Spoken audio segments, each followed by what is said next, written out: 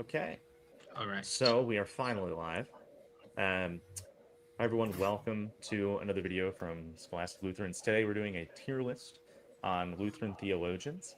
Um, we are joined by a few guests as well. So many of you know who I am, of course. I'm one of the main hosts of the Scholastic Lutherans YouTube channel, but we also have Samuel and Tony. So how about you guys introduce yourself for those who don't know of you? I guess I can go first. Yeah, my name is Samuel.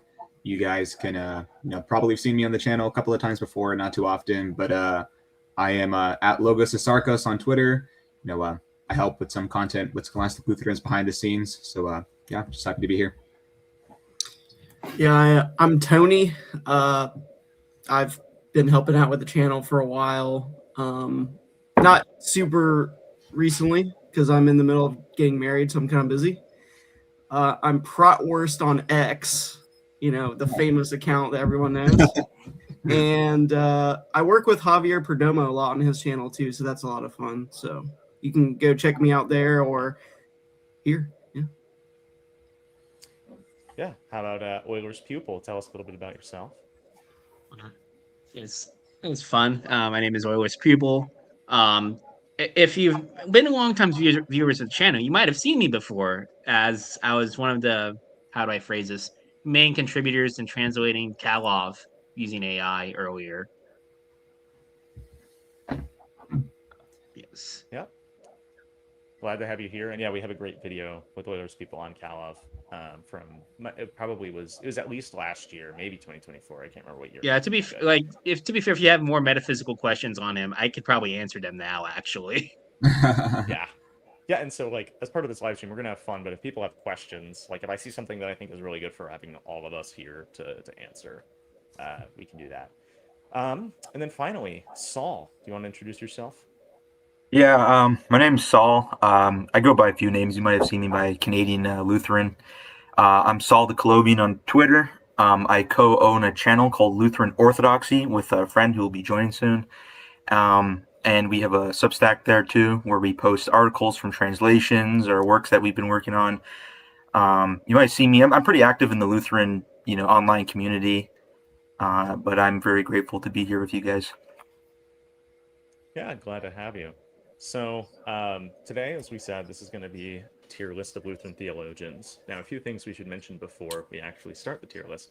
Number one, these are our opinions after having read them, and we're going to disagree with each other. You're going to see us have disagreements, and so it's just for fun in a way.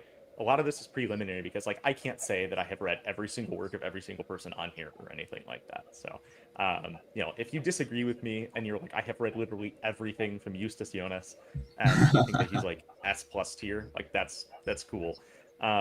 Second, there are many good Lutheran theologians other than this, some that we did not include.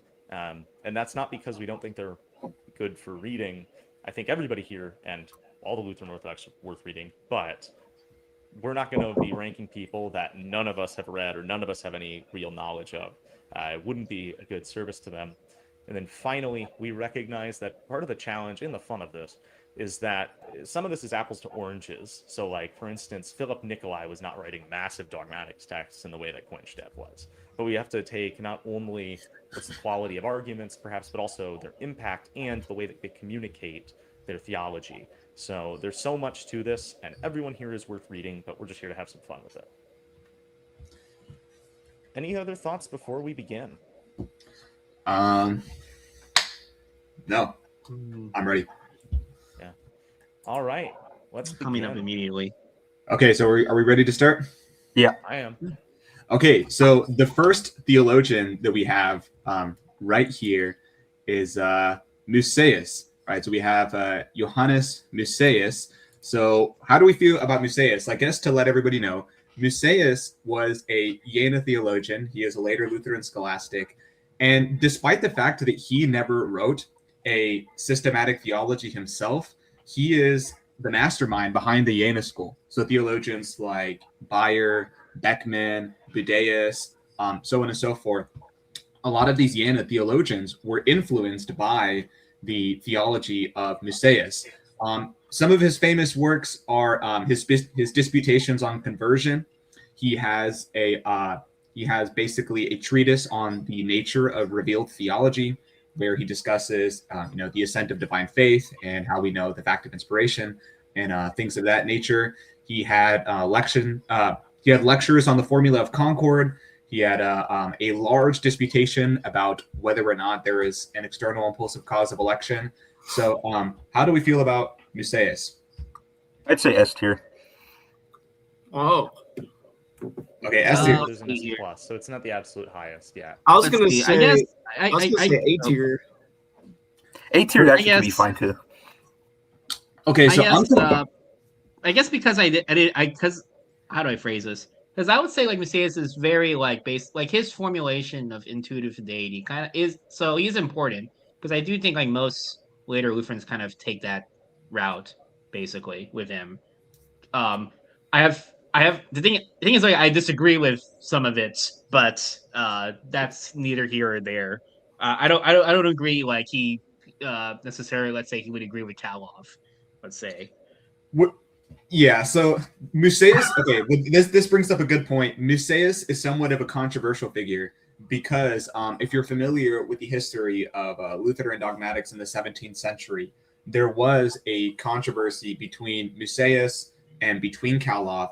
So whether or not you are sympathetic to Musaeus is somewhat representative of your disposition towards Lutheran orthodoxy and the various schools, because you have Kalov, in Quenstead and Luther, right, who, represent like the strict Wittenberg school of Lutheran orthodoxy. And then you have Musaeus, who is still an Orthodox Lutheran theologian. So, like, for instance, if you look at Robert Preuss's, 2 volumes of, 17th century Lutheran orthodoxy, he lists Musaeus as an Orthodox Lutheran theologian. But he is less strict in certain regards in terms of questions of like fellowship or primary fundamental articles. And then also, they tend to answer questions a little bit differently. So my opinion about Musaeus is I'm conflicted because on the one hand, I actually love him as a theologian. I think when it comes to, theologizing, if you will, his, causal analysis of certain doctrines, I think that like he hits the nail on the head and he has like very astute observations. But the problem with Musaeus is he's sort of pure potential because he didn't write a lot. I think if Musaeus wrote a systematic theology, I would put him an S plus tier. But I think because he didn't, we could really only speculate about what he could have been. So I think S or A tier is what I'm thinking. That sounds more fair because like also I will say this. I don't know if you want to say this as a plus or a minus because I do think like because right there's like more than one Musaeus, right? I know the philosopher one, Petrus Musaeus. I think they're brothers, and if I remember correctly, basically this Musaeus here, the theologian, like he's relying sort of on the metaphysic of Petrus actually. Right. His brother, and that's sort of like. So that's why I kind of like Petrus Musaeus is probably important to actually eventually translate, but right. I will say the last thing on Musaeus, unless you guys have other comments about him, I think Musaeus has arguably one of, if not the best treatments of the nature of revealed theology. Like I said a second ago, where he discusses the formal object of faith, he discusses the motives of credibility, how Protestants can have divine faith, and the fact of inspiration. And he treats the question differently than many of the earlier theologians that are going to exclusively rely on like the internal criteria. So for that reason, he has been very useful for my theological development. But so are we comfortable with S tier? Yeah, I think S tier. A or S tier for me. I would say A just because since we're ranking this relatively, there are some other guys around that are just like so important. Yeah. Okay, we'll put A tier, high A, just because Musaeus didn't write a dogmatics. He would have been S. Oh yeah, maybe S to be plus. clear, like we may come back to these. Like when we're done with this, Sure, we we may can come back revise and say, okay, them. relative to what we have, things will change. Next, I can talk briefly about Philip Nicolai. So Philip Nicolai, he's most well known as a hymn writer, writing some of the most important tunes that the Lutherans have sung. So "O Morning Star, How Fair and Bright" is considered the queen of chorales, and "Wake Awake for Night is Flying" is the king of chorales, as it's called. So for one thing, he is really important because he's in our hymnals, and we can talk about the importance of figures like Musaeus, Meisner, Kalov, and so on. But one of the things, like this is why I'm going to put Philip Nicolai in S tier, is because he does have theological writings against the Reformed, but his impact is that the laity are singing his music, and it's in the best music that the Lutherans have.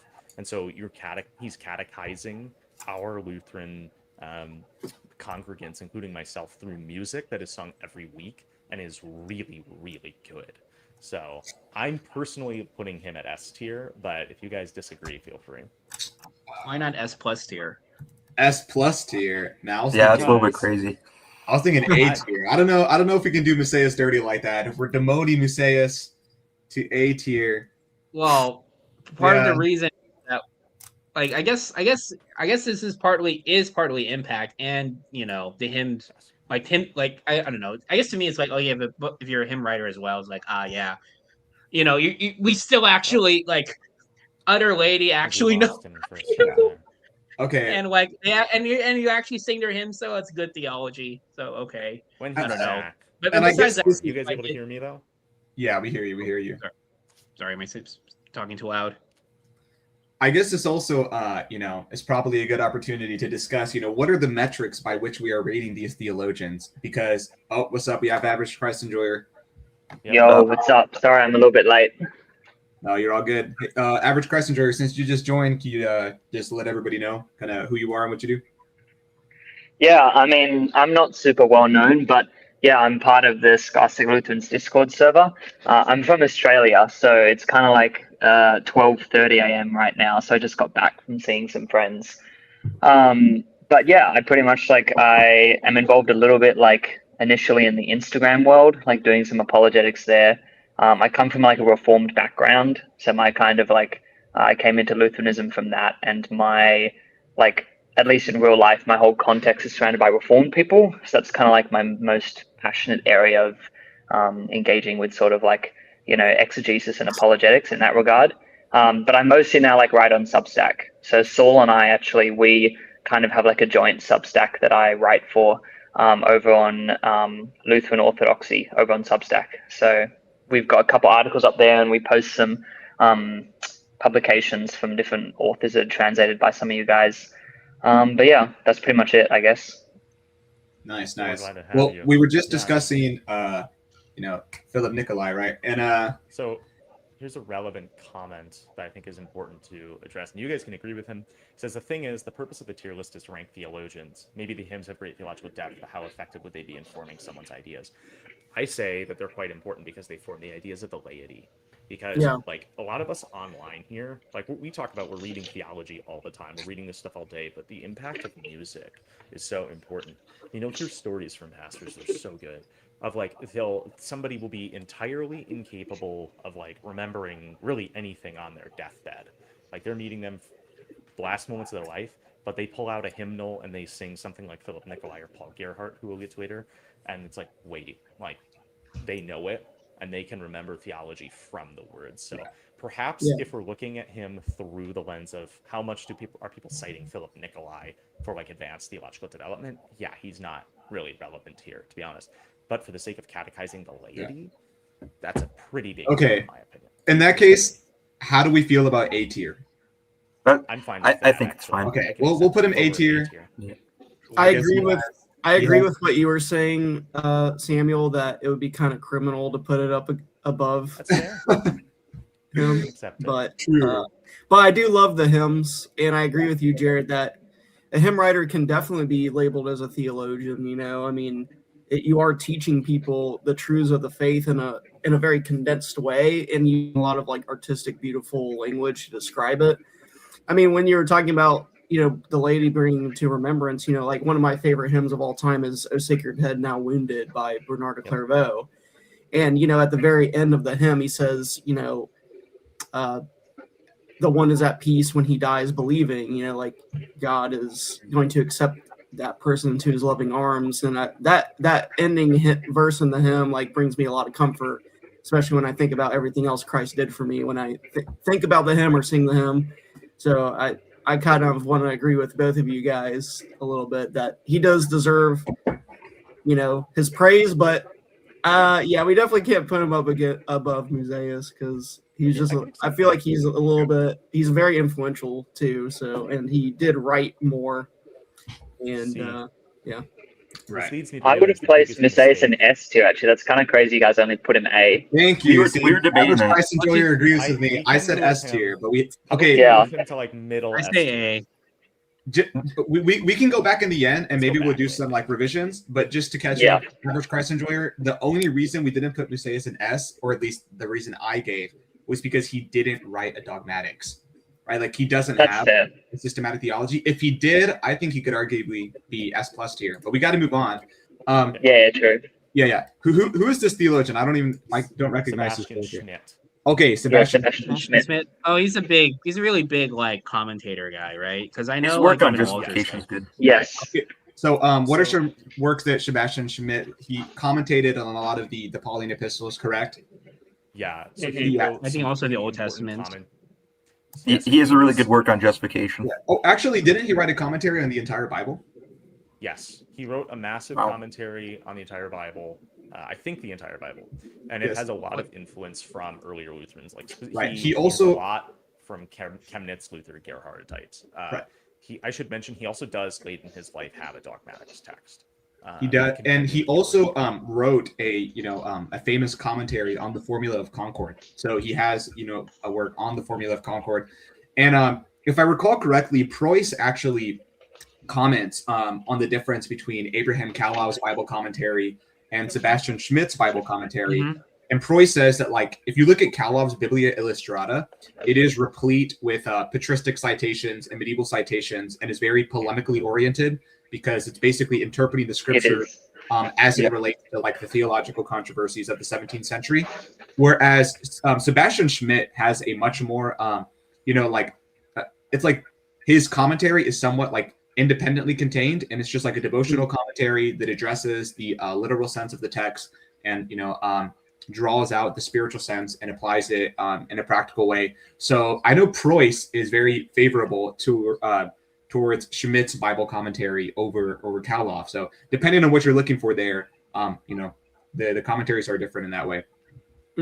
Schmidt also has a work where I forget if it's a work in and of itself or it's part of like a larger work, but he has a treatment where he deals with like how to do biblical exegesis and like argues for the primacy of interpreting scripture according to the literal sense rather than basing doctrine in like the other senses of scripture. So I know that he was quite influential. Like he had a big work discussing that and like biblical hermeneutics.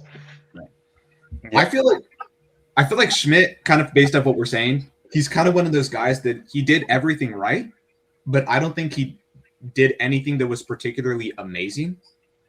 Like, so how do you guys feel about A tier? Like, a solid theologian, wrote good treatises, good commentaries, but I don't know if he's S tier worthy. I'd say like Yeah. an A or a B tier. Let's put him at B because A. since we're doing this At relatively. least A. Yeah, I'd say low A, but Okay, I can. Yeah, accept that. we'll put him A. We eventually We're have to gonna- put somebody that's not A. I guess. Okay, so here's my question then. Are you saying, would you say like low A, maybe more so that like, let's say our blue commentaries are better currently, even though he did really good work earlier on? Is So I that the can't reason speak why we're regarding going at Schmidt's- this way? I can't speak too much regarding Schmidt's his commentary compared to like the blue books, but I think that they'd be quite valuable for the devotional material specifically. So I don't really know. If we're just comparing it to like modern works, for instance, like I would put Caleb way above most of the blue books, but I can't speak as too much for Schmidt. Well, like So no, I'm like fine with Schmidt's having like lower because at least from my understanding, right? Schmidt's like has his commentaries are kind of technical in terms of the language, right? Yes, At least that he was is my actually- understanding about it. Well, I mean, should clarify. I should clarify.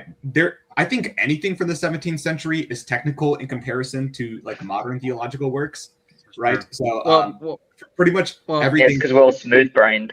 Right, yeah, well, yeah. I'm So pretty much talking about any in terms of like commentary from the exegesis, 17th though. Go ahead. I'm talking about in terms of like exegesis, though, right? Because I would say like our blue commentaries are pretty technical too. They are. They Right, are. right. Like, yeah, because Right. something important about Schmidt was he was an expert on languages, so he was really well. He was like considered the foremost scholar of Hebrew among the Lutherans in his day. Yeah, that's why I was asking. Like, I was under the impression that his commentary was like a technical, like, like it was a more like straightforward. Okay, I'm actually exegeting the text and like not kind of like, okay, here's the what does everyone say on this text basically? And Right, like, right. what's the right way to Yeah. interpret it or something? I think that's how it is. I think for now though we should move on. We can keep him at A tier and we'll come back. Right. I think that's reasonable. This is just my opinion, but like that's why when I'm many years down the line, when I'm done like formatting and doing any additional translation work with Cowsbilly Illustrata, the next one would either be Weimar or Schmidt. Because yeah, definitely they're both so important. But Schmidt would be really good to have Kalof's like here's all the historical citations, the polemics, and then Schmidt's like devotional side of things would be helpful too, alongside the exegesis. But Kalof's some of that. So okay.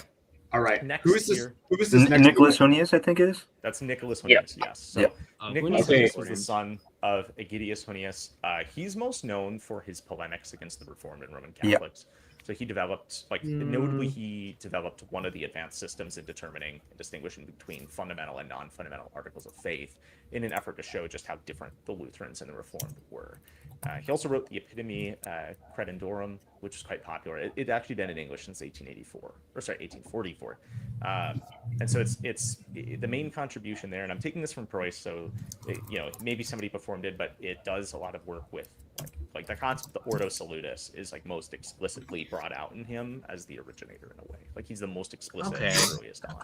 As far as I know, the works I've read from him is his work on Christology. That was a pretty good work against the Reformed. And I think he had a work on justification I also read. Was that him or his father Aegidius, who we also have in here? Yeah, We also have Aegidius Hunius at the end. He's beside Luther. Yes. Yeah, it might have been Aegidius because as I agree, I've read a number of Aegidius's works against the Reformed, but admittedly, the Epitome Credendorum is the only work by Nicholas that I've read. So I don't have too much to say on him because I have not read extensively on him. Well, he wrote a book against the papacy that's pretty decent too. Right. That's true. I do. There is that work. I actually have it somewhere on my shelf. But the papacy work, is that Aegidius Hunius or his? No, it's Nicholas. That's Nicholas. I think Aegidius was the one who wrote more of the anti-Calvinist. Well, I mean, they both were anti-Calvinist, but Aegidius. Both of them did. Yeah, Aegidius was big for that. Yeah. I would put Nicholas in B tier, not because I think he's poor or anything, but just because. Yeah, I think B tier is good. Yeah, yeah. I agree. Yeah, with that. I agree. That's good stuff, but there's nothing in there where it's like, oh, if I'm going to read against the Reformed, like he's the guy kind of thing. Right. Yeah. Especially, I don't think he matches the guys we already have in A. So Right. I agree. Okay. I am privy to the development of distinction between primary and secondary fundamental articles. I think he did do a lot of good work there. Yeah, Yes. that's a good development. This is going to be similar to Philip Nicolai because this is Paul Gerhardt. I would put Paul Gerhardt above. When we get relative to Philip Nicolai, I put Paul Gerhardt above him as a theologian because he wrote like an absolute massive series of bangers. He was also one of the leading voices in Lutheran clergy defending Lutheranism against the Reformed in his day. So there were conversations between the Lutherans and the Reformed. I can't remember when this was, but one of the really important ones, but where an elector called all of this. He was there, and he was so well liked among both the Reformed and the Lutherans that there were Reformed showing up to the services to hear his sermons because they were that good. But he wrote, I'm going to read out here the list of hymns he has. He has "Awake My Heart with Gladness," "Jesus Be My Friend," "A Lamb Goes Uncomplaineth Forth," "All Ye Who Do This on Earth Do," "All Ye on This Earth Who Do Dwell," "O Sacred Head Now Wounded." I think that was him. Was that? Oh, I love that song. Is this like a rearrangement by him of like? Yeah, it must be a rearrangement because. Yeah, it must have been. But yeah, because I was about to say. But I'm also seeing, how shall I receive thee? So regardless, if one or two of those was written by somebody else specifically and he arranged it, that's one thing. But I would put him like I'd maybe move Philip Nicolai behind Sebastian Schmidt or and then put Paul Gerhardt above him, basically just right before Sebastian. No, like put Philip Nicolai to the right of Sebastian Schmidt. To the right of Schmidt. So no, to the further right. Yeah, and then Philip Nicolai at the end. Yeah. That's what I'm trying to do. Yeah. Okay. So, and that's just, again, that's just my opinion. And this has, like, the same thoughts I have with Nikolai are the same that I have with Gerhardt. He has such an influence on the laity and the fact that we sing and so on, where I know people who, when you ask them, like, what is the Lutheran understanding of the sacrament, they will think in their heads of the hymns that someone like Gerhardt would write, so that they can explain it and so on, and our thoughts of Christ's death and so on. So he's great in a devotional way, but as this amazing theologian, like, I'm not going to say he's like incredible or something. Sorry, I'll try to raise my volume. I know I'm quiet. How audible am I now? I know it's kind of quiet good. here. Much louder, yeah. Okay, cool. All right, the big man. I just realized I was muted. I was going to say the next, we're finally getting to some good theologians. Next, we have Johann Adam Scherzer. I'm rubbing my hands together for this one. It's brilliant. Scherzer, okay, I'm thinking immediately S tier. I was thinking we can discuss why. So Scherzer, I would say, is like of Musaeus' school, but he has like an actual like systematic theology. And also, Scherzer is like one of the foremost scholars of his day of like basically rabbinic studies. Basically, he has like a commentary on some different rabbis there. I can that, and he's also a philosopher, actually.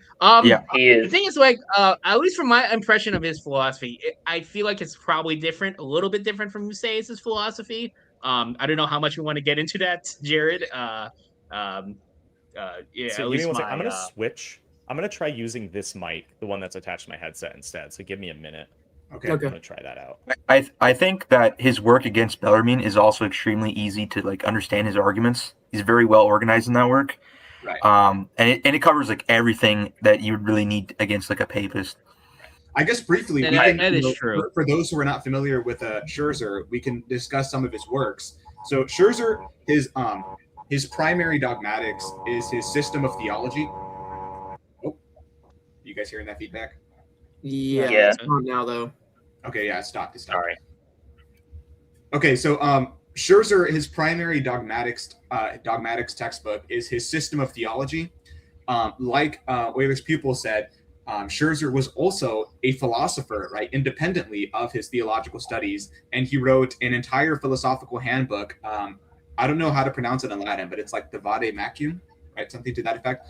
And the Vade Macium, or the Vade Macium, is it is a wonderful work of philosophy, and one of the parts of it that is particularly useful is that there is a philosophical dictionary that is organized alphabetically, where Scherzer just defines like pretty much every scholastic philosophical term that you could want to be defined, and he collects definitions from tradition. So like under each term, he will have like, okay, here's Aristotle's definition, here's Aquinas' definition, Scotus defines it this way.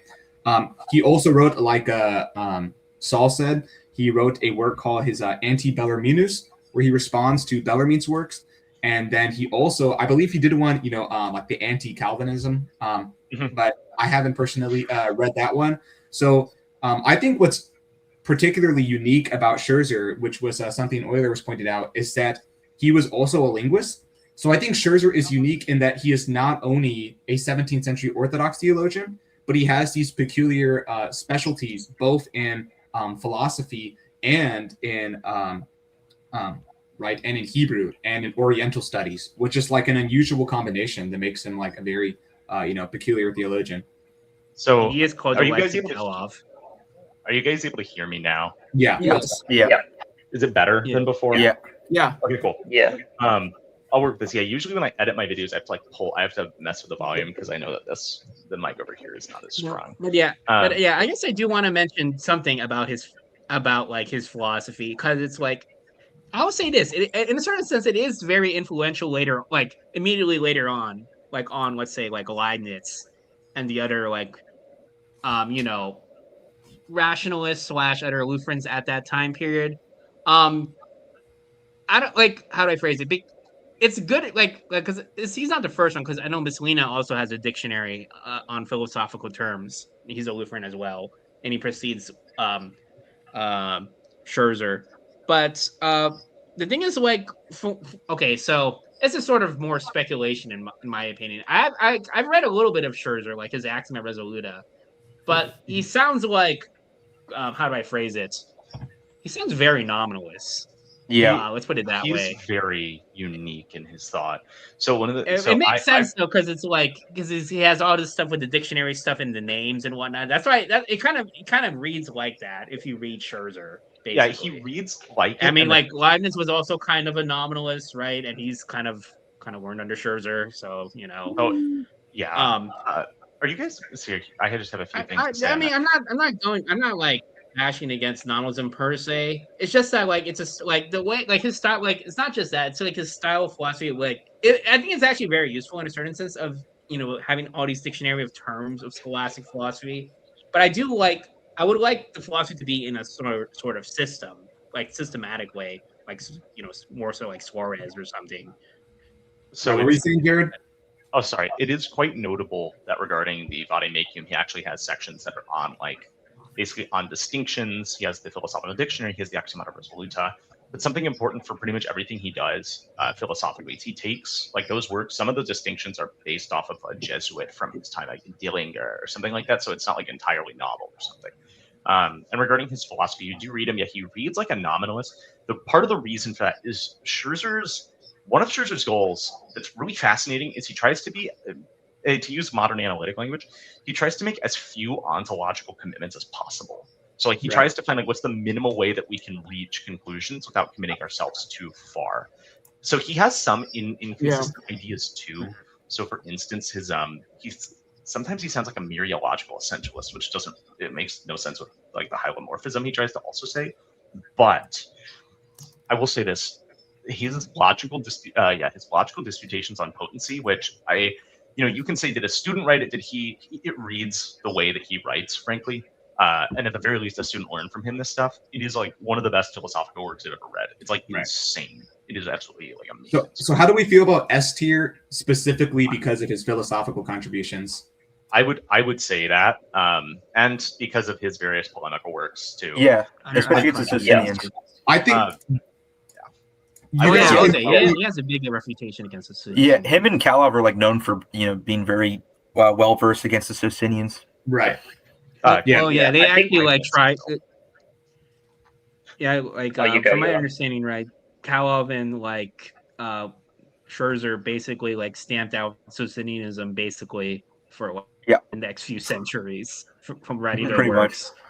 One thing I want to briefly say as well, just a fun fact I learned I have Cronin's copy of the of the Axiomata Resoluta.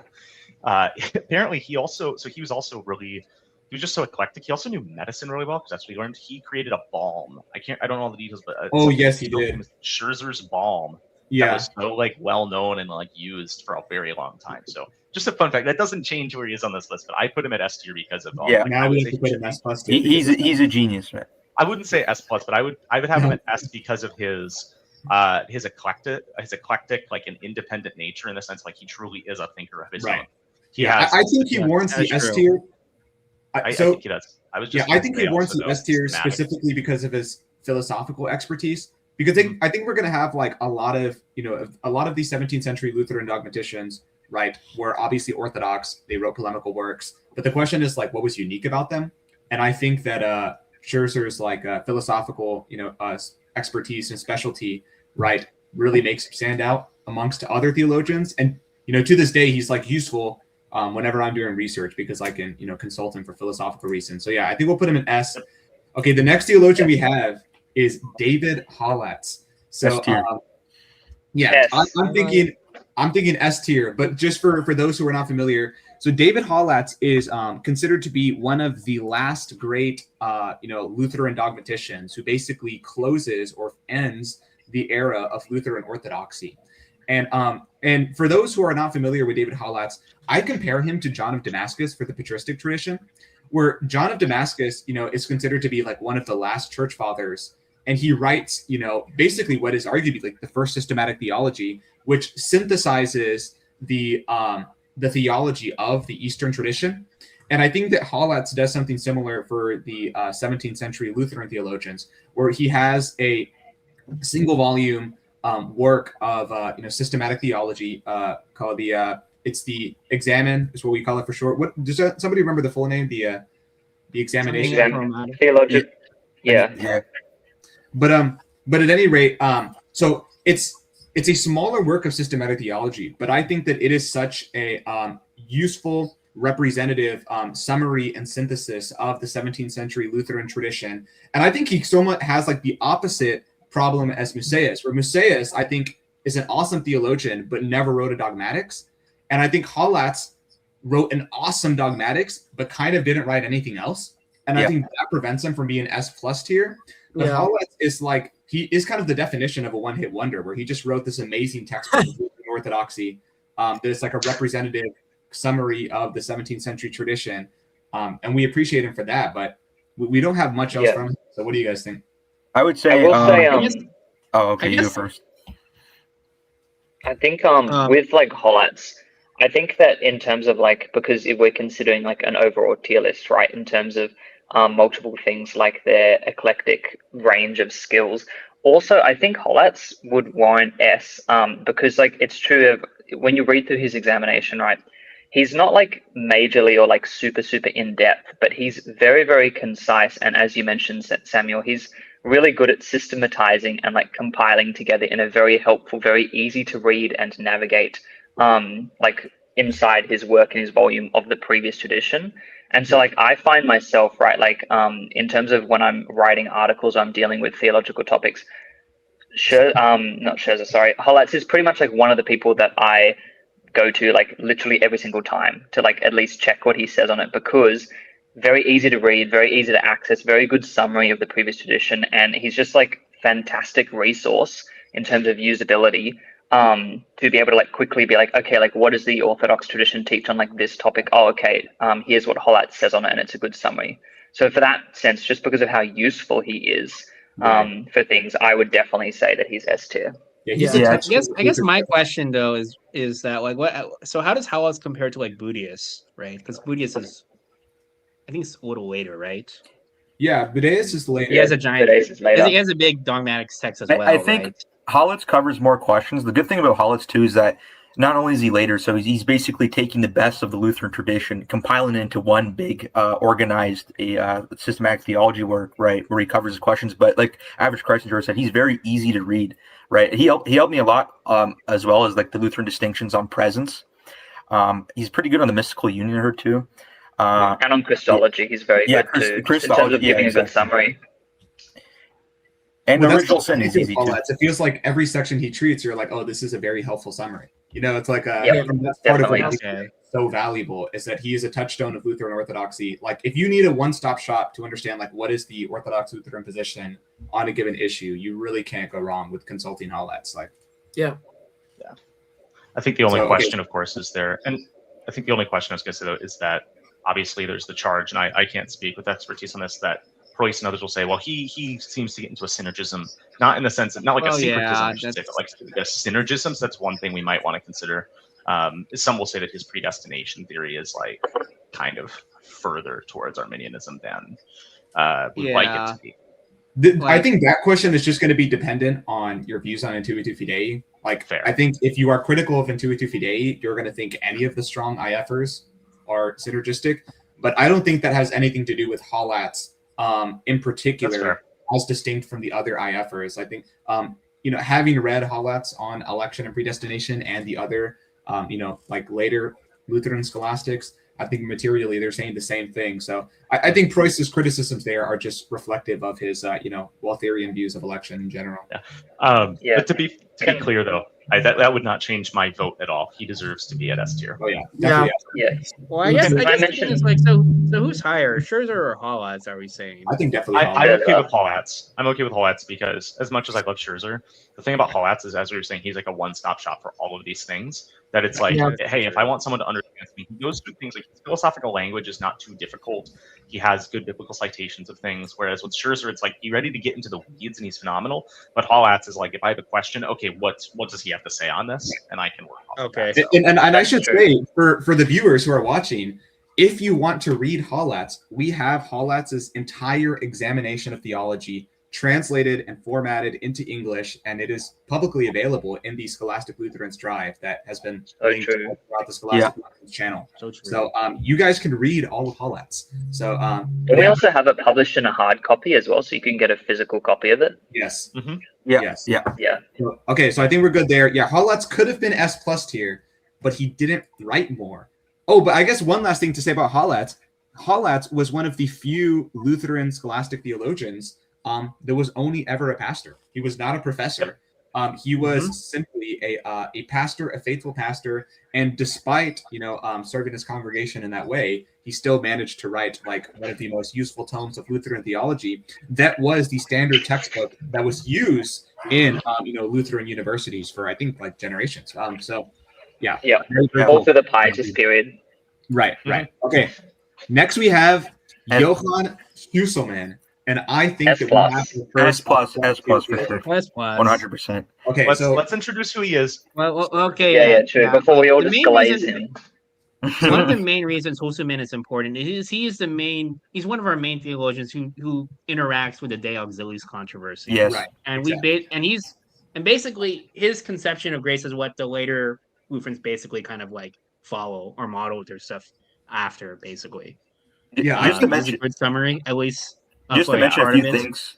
A few things about him is that the amount of authority he had during his time is actually like, so some people actually credit him as having more authority than Kalov in his time. And that he not only wrote on the De Auxiliis, which was obviously a very debated topic, and he basically standardized like a Lutheran view where even Kalov and everyone else is actually citing him. A bunch of Lutheran authors are going to tell you if you want to read on grace, you got to read Husserl. And in addition to that, he also participated in the Colloquy of Thorns as alongside Kalov as a Lutheran representative against like the Calvinists and the Papists.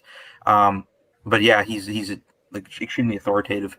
He also, quite notably, here's two other things. He was very important in the anti-Calixtine controversy. Initially in his life, earlier on, he was more erratic, but after meeting Kalov, he became much more hardened. I should also say, this is quite important, he was Scherzer's teacher as well. So you can actually see similarities in method between Scherzer and Husserl. And Scherzer very much draws a lot off of Husserl. So if we want to put, I know this isn't a perfect one-to-one thing, but like, Scherzer glazes him quite well too, and so it's like I'm willing to put him in S plus. I think if you have a work that everybody after says like this is the standard, this is the definitive on such an important topic, there you go. That's I think what makes Euler's people and Saul said, Husserl was obviously our theologian for the De Auxiliis controversy, and in that way, I think Husserl can be called our Doctor of Grace. Right, kind of like throughout church history, you have certain theologians that become authorities on a particular theological locus. Like for instance, in the patristic era, we look at Saint Cyril of Alexandria as the authority on Orthodox Christology, and we look at Augustine as the authority on grace, right? And for the De Auxiliis controversy, right, which is like unique to the 17th century, Husserl is the theologian who, in depth, right, he is going to compare the Lutheran view to, like Jesuit congruism, to Arminianism, to the various schools of Calvinism. He's going to discuss physical pre-motion. He's going to discuss the modes of concurrence. He's going to discuss the various species of converting grace. And he does so in a way that is more subtle than the other Lutheran theologians. Like many of the other Lutheran theologians are basically going to briefly survey the nature and properties of converting grace, but Husserl goes into the mechanics of converting grace in a way that other theologians don't, in terms of like how it affects the intellect and the will and the relation between them, and how it relates to concurrence and pre-motion and so on and so forth. So I think because Husserl is such an authority on the De Auxiliis controversy, I think we have to put him S plus tier. And I will say briefly, another thing that I appreciate about Husserl is that I think he is one of the more moderate theologians that is still representative of the Wittenberg school, because the narrative is that the Wittenberg theologians are strict and are inflexible, and then the Jena theologians, right, are more moderate and more accommodating. And I think Husserl is somewhat of a middle ground between them. Like for instance, like a unique position you'll see in Husserl is that he actually thinks that you can err on the doctrine of the real presence in the way that the Calvinists do, without destroying the foundation of faith. Whereas like, Kalov and other Wittenberg theologians think that like that is a, a theological error that basically proximately overthrows the foundation of faith. But like Husum is going to say that like, well, this is something that is not going to immediately overthrow your faith. So like Husum has more moderating takes in this way. And for those of you guys who are watching, I guess we could talk about some of Huselman's works, right? So he has the De Auxiliis, right? He has his theological breviary. Then he has an extension of his theological breviary. Yeah. So theological breviary and the extension are his, primary kind of dogmatics textbook, right? He has a whole host of disputations. He has a manual on the Augsburg Confession. Yeah. He has a treatment of the Formula of Concord. I think it's called like the Handbook of the Formula of Concord, something to that effect. But am I missing any major works from Huselman?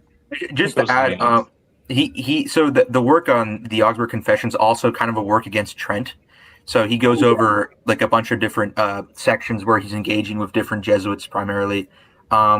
And I guess also something to note is that while reading Husman and the De Auxiliis, he kind of like adopts like some sort of like a middle ground between, voluntarism and intellectualism, right? Kind of has like a middle ground where he says that freedom formally belongs to the will, but it's radically rooted in the intellect.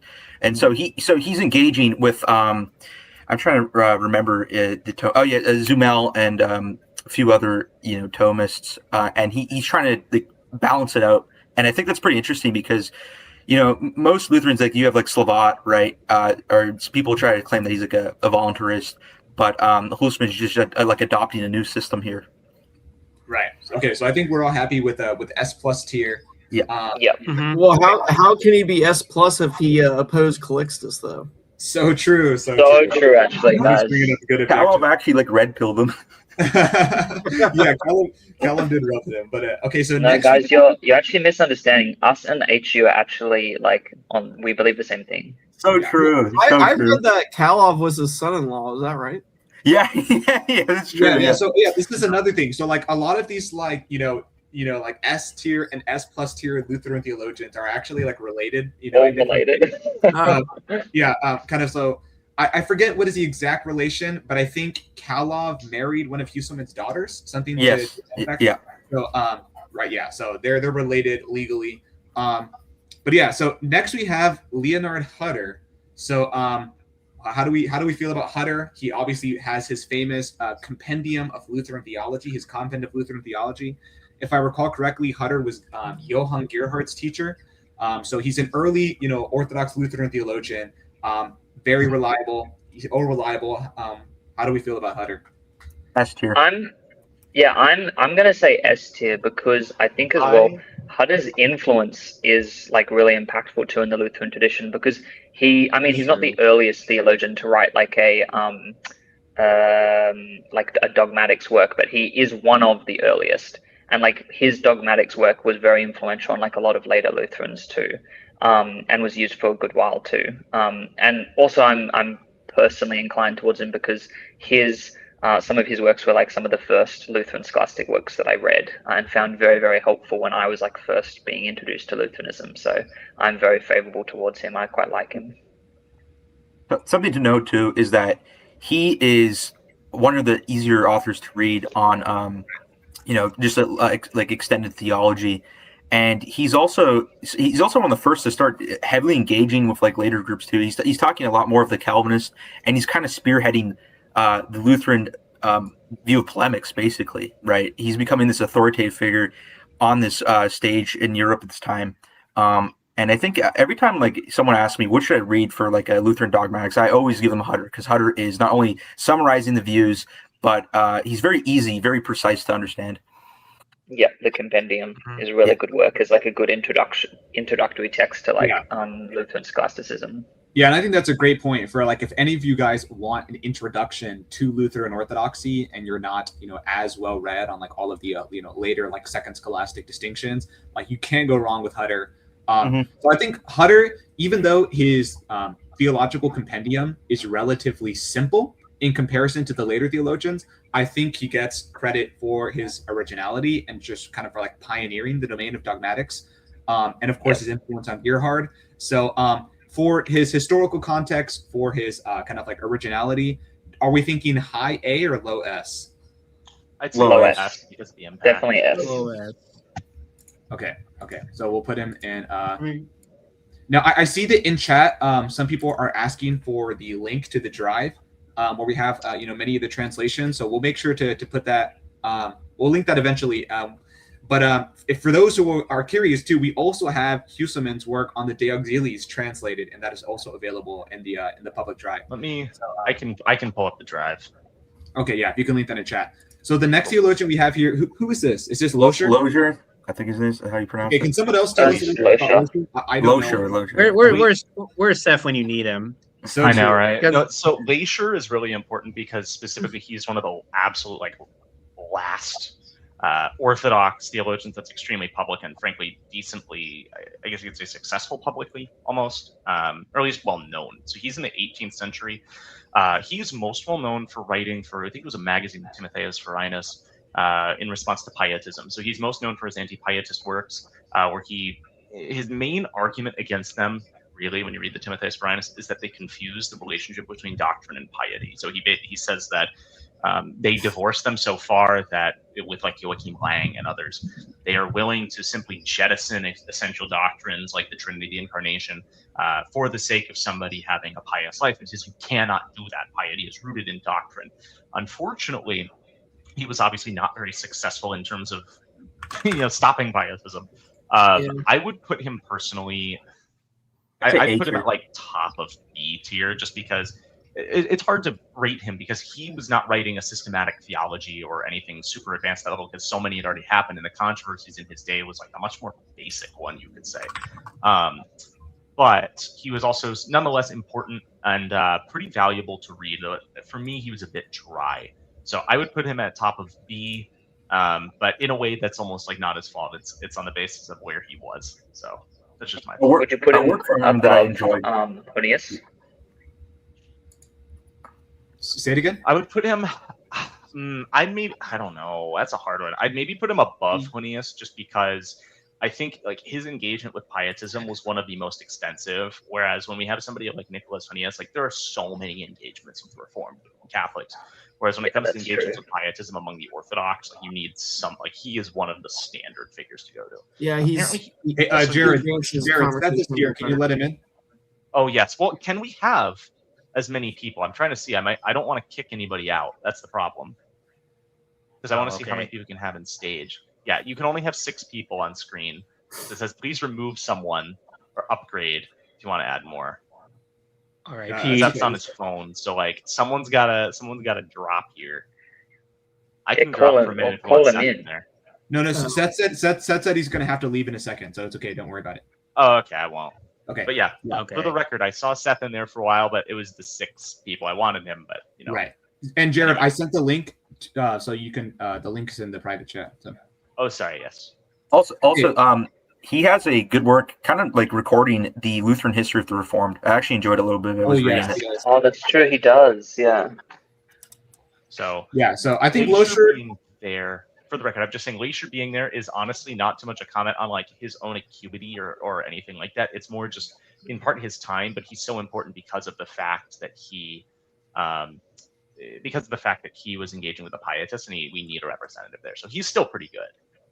Right. Okay. So are we happy with top of B? Yes. I'm okay with that. Okay. The next theologian we have is Balthasar Meissner, one of my favorite theologians. So let's see. What can we say about Balthasar Meissner? So Balthasar Meissner, he is one of our like more philosophically inclined theologians. Yes. Some of his famous works are his Philosophia Sobria, right, which obviously means his sober philosophy, where he answers, an assortment of controverted theological questions, scholastically and philosophically. He has his his sacred anthropology, his Anthropologia Sacra, where he addresses questions, related to nature and grace. He has his Christologica Sacra, where he wrote one of the best defenses of the genus Majestaticum, right, in the Lutheran understanding of the Communicatio Idealatum. And I think what is particularly important about Meissner is similar to Scherzer, is not only his rigid orthodoxy, but his his specialty and expertise in philosophy and his ability to basically apply his philosophical knowledge to controverted theological articles. So I love Meissner. I think he's one of our best philosophers. I think he has like a very principled way of applying philosophy to the science of theology without allowing it to be a magistrate over our understanding of the articles of faith. So for that reason, I love Meissner. I think S or even S plus tier, but how do you guys feel about that? I just want to say something quick here. plus. So two things. I see comments here as asked for the drive. I have put it in a comment here. So if you want to maybe take a screenshot or you'll look in the comments. But sorry about that. Regarding Meissner, I would say S plus in my opinion. I'm not extensively well read on Meissner, but what you can see from pretty much every Lutheran after him engaging with him is they have a very significant reverence for him. And in part, it's because he defends our ideas in such a uniquely Lutheran way, where he goes through the philosophy, but he also is he has the cognition or the recognition, I should say, of all of some of the issues of using philosophy. So he perfectly develops, maybe not perfectly, you can squeeze some ideas, but I think that embodies the Lutheran spirit of having a practical theology with a philosophy that's advanced, in depth, but also recognizes its own limits. So he is a model, not only in terms of his actual works, but in terms of the goals of his works. So I put S plus, he's almost an ideal. Oh, another thing I forgot to mention. I'll also mention here that I think he's, if I remember correctly, I hope I'm thinking this right. I think he's also, I'll kind of call him like a theologian philosopher, right? Because doesn't he have a slightly different take than Jacob Martini in regards to the relation between theology and philosophy, basically, where Meissner had a more moderating view, or yes, and I think that's why he called this work the sober philosophy, because the Martinis did have a higher regard for kind of the purity of metaphysics and its contribution to our understanding of theology, whereas I think with Meissner, like you're saying, Euler, he was an amazing philosopher, but nevertheless he wanted to apply philosophical principles to the domain of theology in a methodologically conservative way. So I think you're right about that. I do want to make a quick correction here. I'm pulling up my notes to make sure, but actually Jacob Martini has a very different thought than Cornelius. So Cornelius Martini and Henning Arniseus are the ones that engaged with Balthasar Meissner. Jacob Martini, I think he actually might have been taught by Meissner or something. He engaged with him more positively than Cornelius did. There's even a debate that I've looked into, and I do apologize if I have anything here, but some people have said that Cornelius and Jacob Martini were not brothers. Wundt says that they are. And so it's hard to track this down and to look. So I don't know if we can guarantee their thought is uniform, but to say the least, he had a controversy with Cornelius Martini and Henning Arniseus on the use of reason with philosophy. And part of that has to do with the humanist idea that metaphysics should be kind of effectively ontology, that you should have a separate science of God in itself. And so Meissner's response was, but how do we work with all these metaphysical concepts of person and so on if we do not import Christological concerns? So that's giving elucidation to what I was saying earlier. He's a model in terms of his goals and his actual content. Yeah. He has a bunch of works too. You can read many things from him. Unfortunately died at 37, I believe. He was quite young. Meissner also, I will say briefly, I think he has one of the better treatments of concupiscence. We have a disputation translated for Meissner, on concupiscence, where he has an amazing analysis of the various species of concupiscence, their signification, how it relates to the formal reason of sin, to guilt, to justification. And then Meissner also has a very clear treatment on the Lutheran doctrine of election. So he is an IFer. But his treatment of election and predestination is very easy to comprehend. He lays out the terms, he presents the principles, he has a good treatment of the order of decrees. So I think Meissner, his strength is both his philosophical acumen, but also his clarity, his ability to unpack dense philosophical topics in a way that's easy to follow. So I guess in conclusion, do we want to put him S plus tier or S? S plus. Yeah. One last thing to add, he's also very strong within ethics. And I think we also have a book in print from him, I believe. I think it's him and Nicholas Hunius. I'm not sure about that. He has one. There's one against the papacy. I actually have a physical copy. Yeah, that's the one I'm talking about. I'll pull up some of the physical copies I have of the Lutheran Orthodox in a minute. Quick question: How are we feeling about pace? Do we need to go through these faster, or this is fine? Or? I don't know. How many more do we have? Is it just the ones that I can Bunch. see on screen? We're Or are less there than more? halfway through, man. Yeah, because we're an hour in right now. Yeah. I think We'll we try speed and up a be little concise, bit I guess. for the Yeah. figures that are less well known. Yeah. So should we move up some of the more important theologians? Yeah. I have to leave around like 2, so I don't know how long this will take us. Yeah. Well, Yeah, let's move those guys up. okay. So There we we'll put the heavy hitters in front, and Dan Howard too. yeah. So Yeah. okay. So next we have Johann Wilhelm Bayer, S tier. who is the student of Musaeus. And, it can really be said that Musaeus did write a systematic theology vicariously through Bayer because, despite the fact that Musaeus never wrote a dogmatics textbook, Bayer did. And if you ever read Bayer's Compendium of Positive Theology, like literally in every chapter, he writes his theological theses, his defense of that thesis, and then he's like, see Musaeus on this. So it is basically, right, the representation of the Jena school of thought, right, as it was taught by Musaeus. But Bayer is a great theologian because of his scholastic causal analyses of doctrines. So I think that like there are certain causal analyses that other theologians err on, which Bayer gets correct. Like, for instance, like Bayer discusses how, faith does not move God efficiently, but it moves God morally. Not to say that the other theologians say that it is sufficient, but like he clarifies these, for the sake of for clarity. And he also talks about how like the formal cause of justification is the non-imputation of guilt, right? And things of that nature. So I think Bayer is particularly strong in his causal analysis of doctrine, but his Compendium of Positive Theology is very concise, like even way shorter than Hollat's. So for that reason, he just didn't write very much. But I think for what he did accomplish, he's a great theologian. But what do you guys think about Bayer? I think S tier because you go on.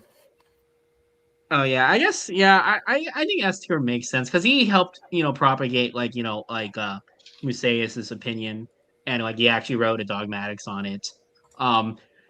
Again, I don't agree with his take on faith being like a lesser impulsive cause, right? Whether it be in justification or election, but that's a different thing. Yeah. But no, it makes sense that he's Esto, right? I don't know. I think it's because what are your thoughts, Saul? I think he should be S because he didn't write as much, but he's very clear. I like when he talks about like clear. The subject justification, the sinful man. He's really good at just like kind of going into the distinctions of what faith is and as to how it applies. And you could basically, like Samuel said, get a summary of the Jena schools of thought just by reading Bayer. And also, Walther really, CFW Walther really appreciated Bayer. In fact, I believe he translated and put additional citations from other Lutheran theologians. Yeah. So Walther actually, like Saul said, translated Bayer's systematic theology, his Compendium of Positive Theology, into German, I believe. And Walther liked it so much that not only did he translate it, but like Saul said, he also in the notes added other quotations from Lutheran theologian. So now that's why we have the Walther Bayer Compend, which is an amazing resource. But the only last question, really quick, before we decide where we want to put Bayer, but is it right to put him above Musaeus, considering that Musaeus was really the kind of progenitor, of the kind of theological thought? Or what is the relationship between Bayer and Musaeus here? Like, who deserves to be higher? Well, I personally think Musaeus. I think Musaeus should be an S.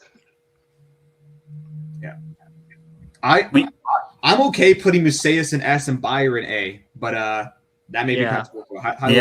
I think Bayer should be S. We can leave this to like the end if you guys want. Sure. Okay, well, so A or S for Bayer? A. I pick A. Yeah, maybe Musaeus should be high A. Bayer. Yeah, I think a lot of Bayer's high thoughts A are is really fine. just kind of influenced by him, to be honest. Similar to Hollat's, I think another thing about the reason. Okay, I think the reason why we can't put Bayer in S is just because his Compendium of Positive Theology is so short, and he didn't write much else that was like popular afterwards. So like like Hollatz also only had one major work, but at least it was like hugely influential and it's like much longer. Bayer's one of those theologians where, again, kind of like I said about Sebastian Schmidt, he did everything right. What we have from him is great, but it's just very concise, very short. So And not much yeah, of it. I think that prevents him from being an S tier. So we'll put him right there alongside Musaeus. But the next theologian we have here is Johannes Franz Budaeus. So Budaeus is really writing after the era of Lutheran Orthodoxy. He is also a Jena theologian. Budaeus wrote his, Institutes of Dogmatic Theology. He wrote an Institutes of Moral Theology. He wrote, a work on instrumental philosophy and how reason relates to philosophy. He wrote, I think, works of historical theology, kind of addressing different controversies in the Reformation. He was also had a lot of ethical writings. So Budaeus is really a Renaissance man in terms of his theological contribution. I know that recently Dr. Cooper came out and said that Budaeus was the smartest Lutheran theologian ever. So Budaeus is a towering figure. The Budaeus glaze. Wrong. Hot take.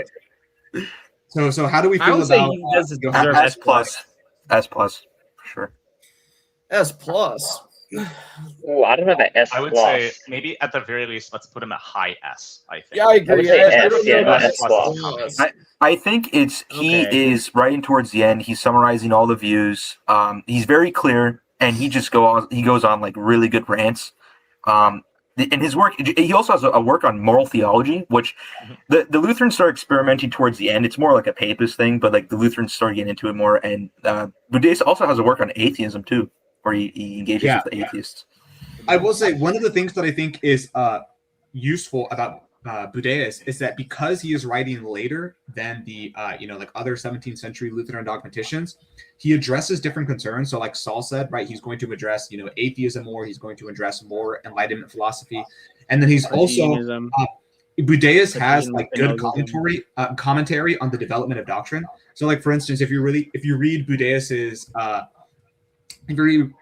section on the sacraments, he has like copious notes about like liturgical rites concerning like consecration and baptismal rites and the liturgies. So he does like a lot more historical scholarship than the earlier dogmaticians do. So Budaeus is just different categorically from the earlier Orthodox theologians. So I think he's definitely worthwhile to read, and I think he warrants S tier because of the breadth of his knowledge. Right, he wrote so much, and he was just had a comprehensive understanding of like so many domains of thought, like whether it is right ethics, theology, history, development of doctrine, so on and so forth. So yeah, I think Budaeus is S.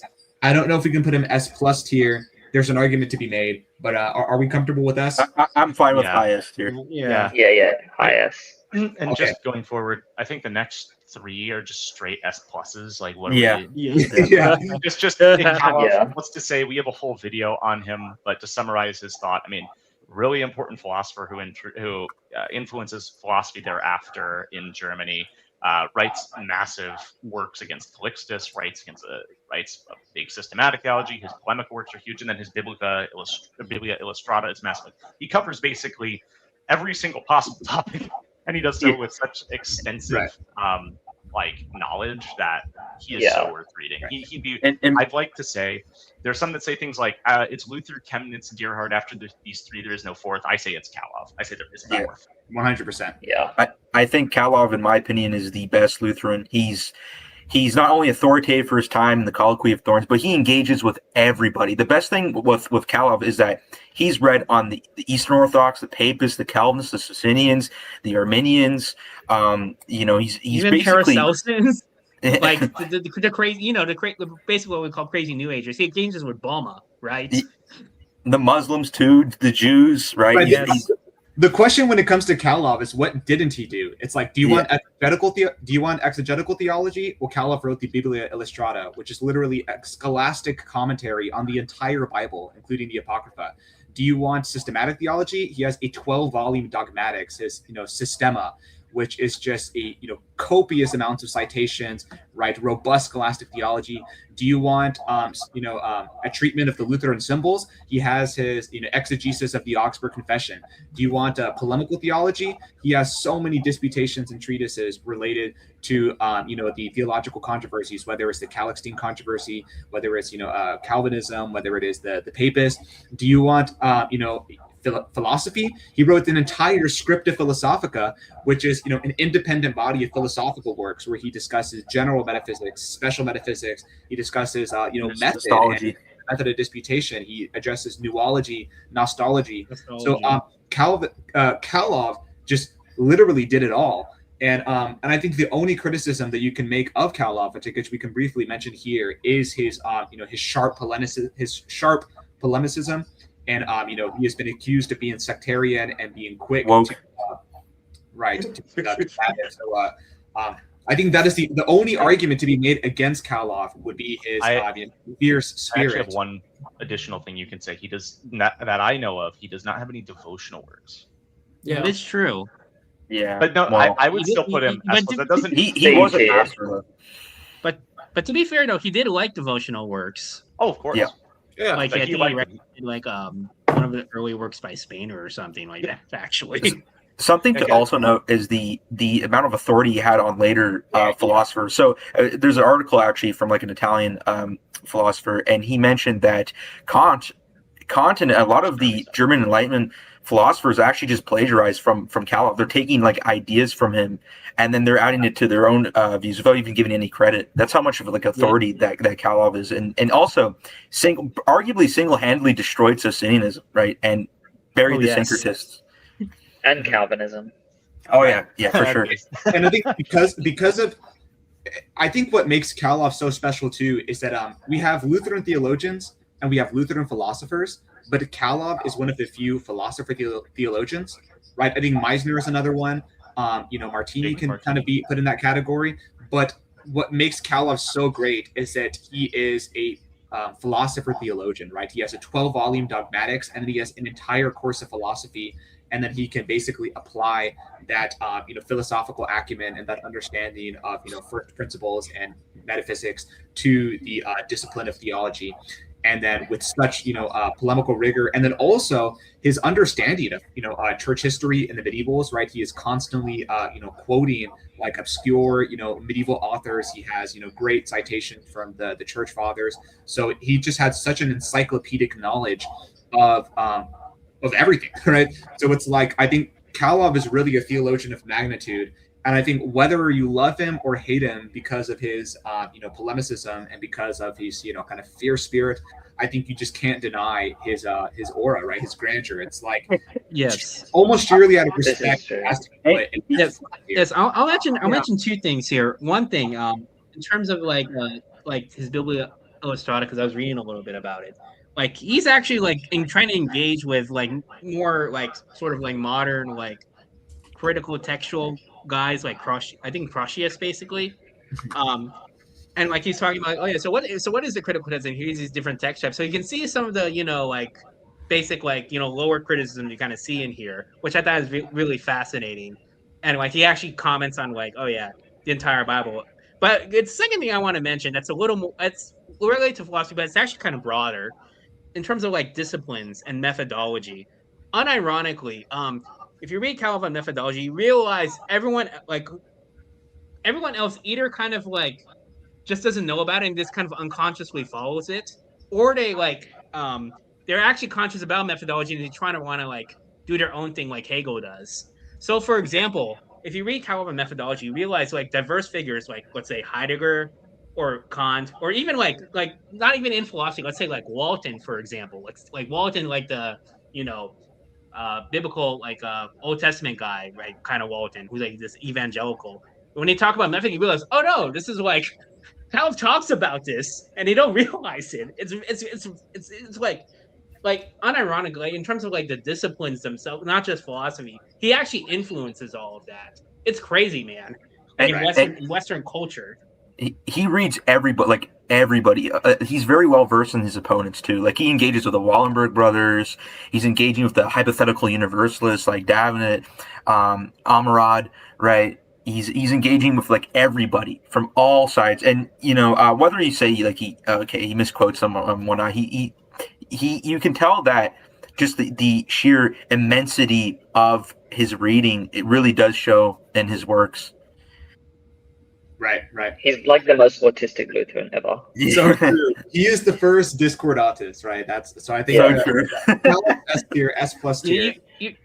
You realize this, you realize this, and you realize like, oh yeah, when we read something about beatitude, it's like, oh yeah, so basically like the Brahmins in India agree with us on beatitude, and it's like, oh yeah, that's actually kind of right. I actually read Vedantas, like, this isn't 17, like I don't know. I think it's crazy. Okay. I'll say last thing about Kalov is that people criticize him for being harsh, but the man had like 6 wives and like 5 of them died.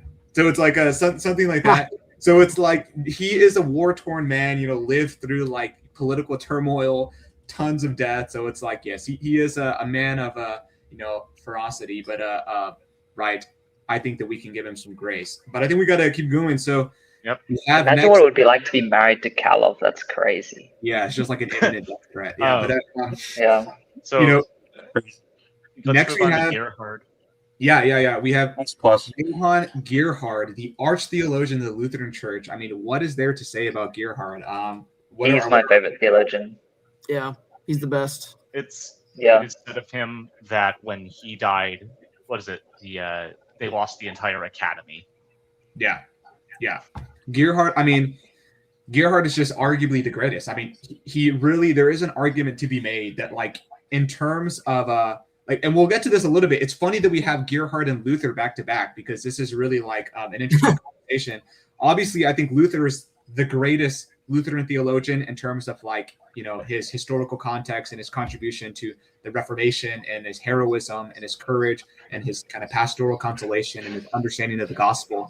But if we are, measuring, right, a theologian's right, understanding and kind of like penetration of the discipline of theology and just kind of their comprehensive knowledge of, orthodoxy, it's like, I think an argument can be made that Gerhard simply is the best. I mean, he did it all. His Theological Commonplaces is one of, if not the longest Lutheran dogmatics, as far as I'm aware.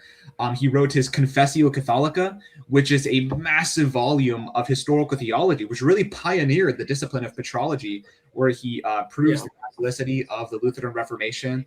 He was so methodical, so nuanced. He had arguably one of the greatest devotional works, right, his Sacred Meditations, which skyrocketed Gerhard in terms of fame when he was younger.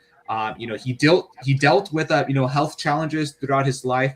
But Gerhard is just a man of of piety, of learning, of patience, of rigor. I mean, what more can we say about Gerhard? He's known as the arch-theologian of the Lutheran Church. Like Jared mentioned earlier, right? It is said that it is there is the top 3 Lutheran theologians, right? It's Luther, Chemnitz, and Gerhard, and I think he definitely deserves that title of. But what do you guys think? Well, I've heard that the guy knew like 8 languages. Yeah. He is like a genius. Like he just read so much, and he's quoting like people and using languages. Like when you read through his commonplaces, when he's talking about giving definition of terms, he like uses 6 different languages to say, well, in this language, this terms mean this. Like the dude is so well read. Right. And yeah, I mean, there's not much more to say. I mean, he's also very fun to read, actually. Yeah. He's a good author. Palatable and easy to read. Like, I love Kalov to death, but I actually find like Gerhard much more fun to read than Kalov. Right. I agree with that. And I'm not sure. I think it's just the style of Gerhard. He throws in some of those funny, Lutheran jabs. Like he's got that Luther in him where he'll just like throw some jokes out here and like, and it's kind of interesting to read him. But on the back of what Tony said, like I think Gerhard for me, I mean, like whilst I agree that it's very hard to sort of say between Caleb and Gerhard who is the more prominent or the more influential. Whilst I agree that Gerhard he probably doesn't have as much far-reaching impact or touching on as many different topics maybe as Calov, which I guess that's debatable. But I think for me, Gerhard is probably like my favorite theologian because he is so masterful in the way that he both handles being extremely in-depth and rigorous, but also very, very easily readable and accessible, which is extremely hard to do. I think as like someone myself who like I've spent some time and written like articles before as well.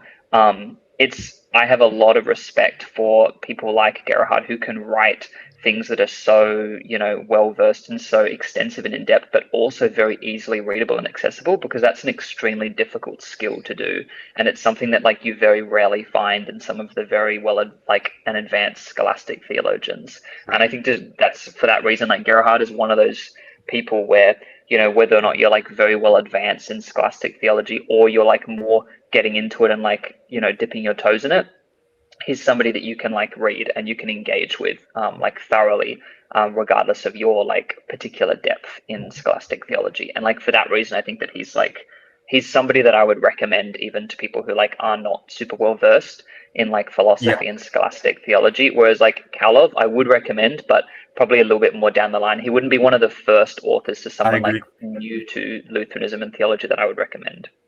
Yeah. So yeah, Thomas is right though. This is one thing that Gerhard has over Calov. Gerhard actually did write spiritual writings. Yeah. Like that are devotional writings. And they're wonderful. Yeah, they're great. I mean, Sacred Meditations is like arguably the best like devotional work in our tradition. Arguably, it's up there. It's really good. Yeah, and I think the best attribute for like with Gerhard, one of the best at least, is the citations. He's so medieval, literally patristic, amazing. He quote lines. Really is. I've seen him quote Dante Alighieri. Humanist philosophers like Zabarella and Scaliger, right? He's just, and they're pretty good citations too. They're actually pretty accurate. I will say really quick, I don't think Javier will mind me sharing this anecdote, but Javier told me a funny story one time, Javier Perdomo, that like he was putting together an article, a Substack article on the canon, and he was trying to collect as many patristic quotations that he could on the canon and like dealing with the inspiration of the Deuterocanon. And he did like all of this historical research, right? Obviously using like modern technology, like, Google, right? We have like Google and search engine and PRDL and, the Patrologia Latina, so on and so forth.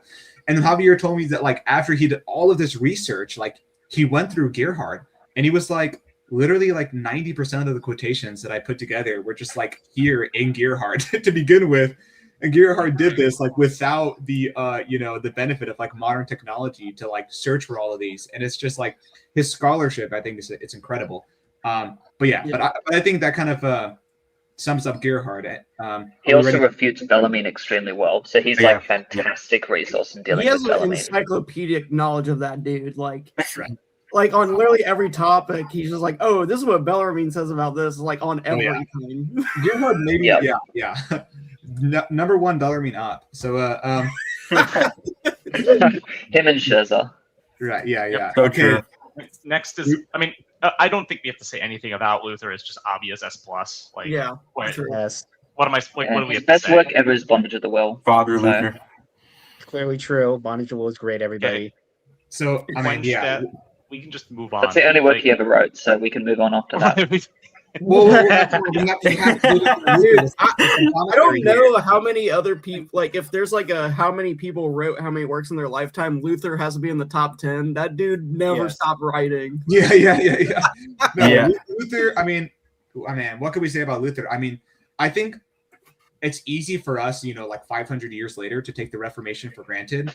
But I think the heroism of Luther and like the originality of Luther and just like his understanding of the beauty of the gospel and like the sweetness of the remission of sins for Christ's sake, and how that moved him to like, be fortified and, courageous, like in the midst of like his life being imperiled and like, having to be, kidnapped by the prince. And it's like his defense of Christianity. I think it's like, it can't be understated. And like, when you read Luther, his Galatians commentary, when you read his, his books about Christian freedom, when you read his even just the simplicity of his small catechism and his large catechism, like Luther, I mean, it reminds me of what the scriptures say about David, where he's a man after God's own heart, and it's like, and you just feel that the communication, right, of God's mercy and his joy when you read Luther, and I think that what makes him so wonderful is, again, it's like he was the first to do it kind of in his era. Like, of course, we believe in the Catholicity of the Lutheran Reformation. We would argue that there are, precursors to, the Lutheran understanding of the law gospel distinction. But he did live in an era where, darkness, right, had overtaken the church, and there was an obfuscation of the, of the message of the gospel and its light and the way that it touches the heart. And I think, it's like really the legendary and almost like mythological status of Luther, I think, can't be understated. And so it's like that. I think that's my my elevator pitch for just the greatness of Luther. I think that I've always said that he may not be the best Lutheran theologian, but he is the greatest, right? His just impact. So I think I would say this. I want to say this about Luther. In terms of like, if you read his catechism and you see in the beginning, one of the things he introduces that every Christian should know is the 10 Commandments, right? Yeah. Because at least from what I've read, right? Don't quote me on this. I could be wrong, but at least from my understanding, all right. In terms of like, how do I say this? Like Christian symbols, that hasn't, and maybe catechisms, that hasn't been as like, let's say, explicitly emphasized enough. Because one of the things like Luther really loved was an Old Testament, right?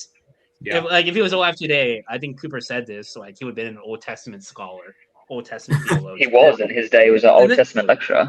Yeah. Mm-hmm.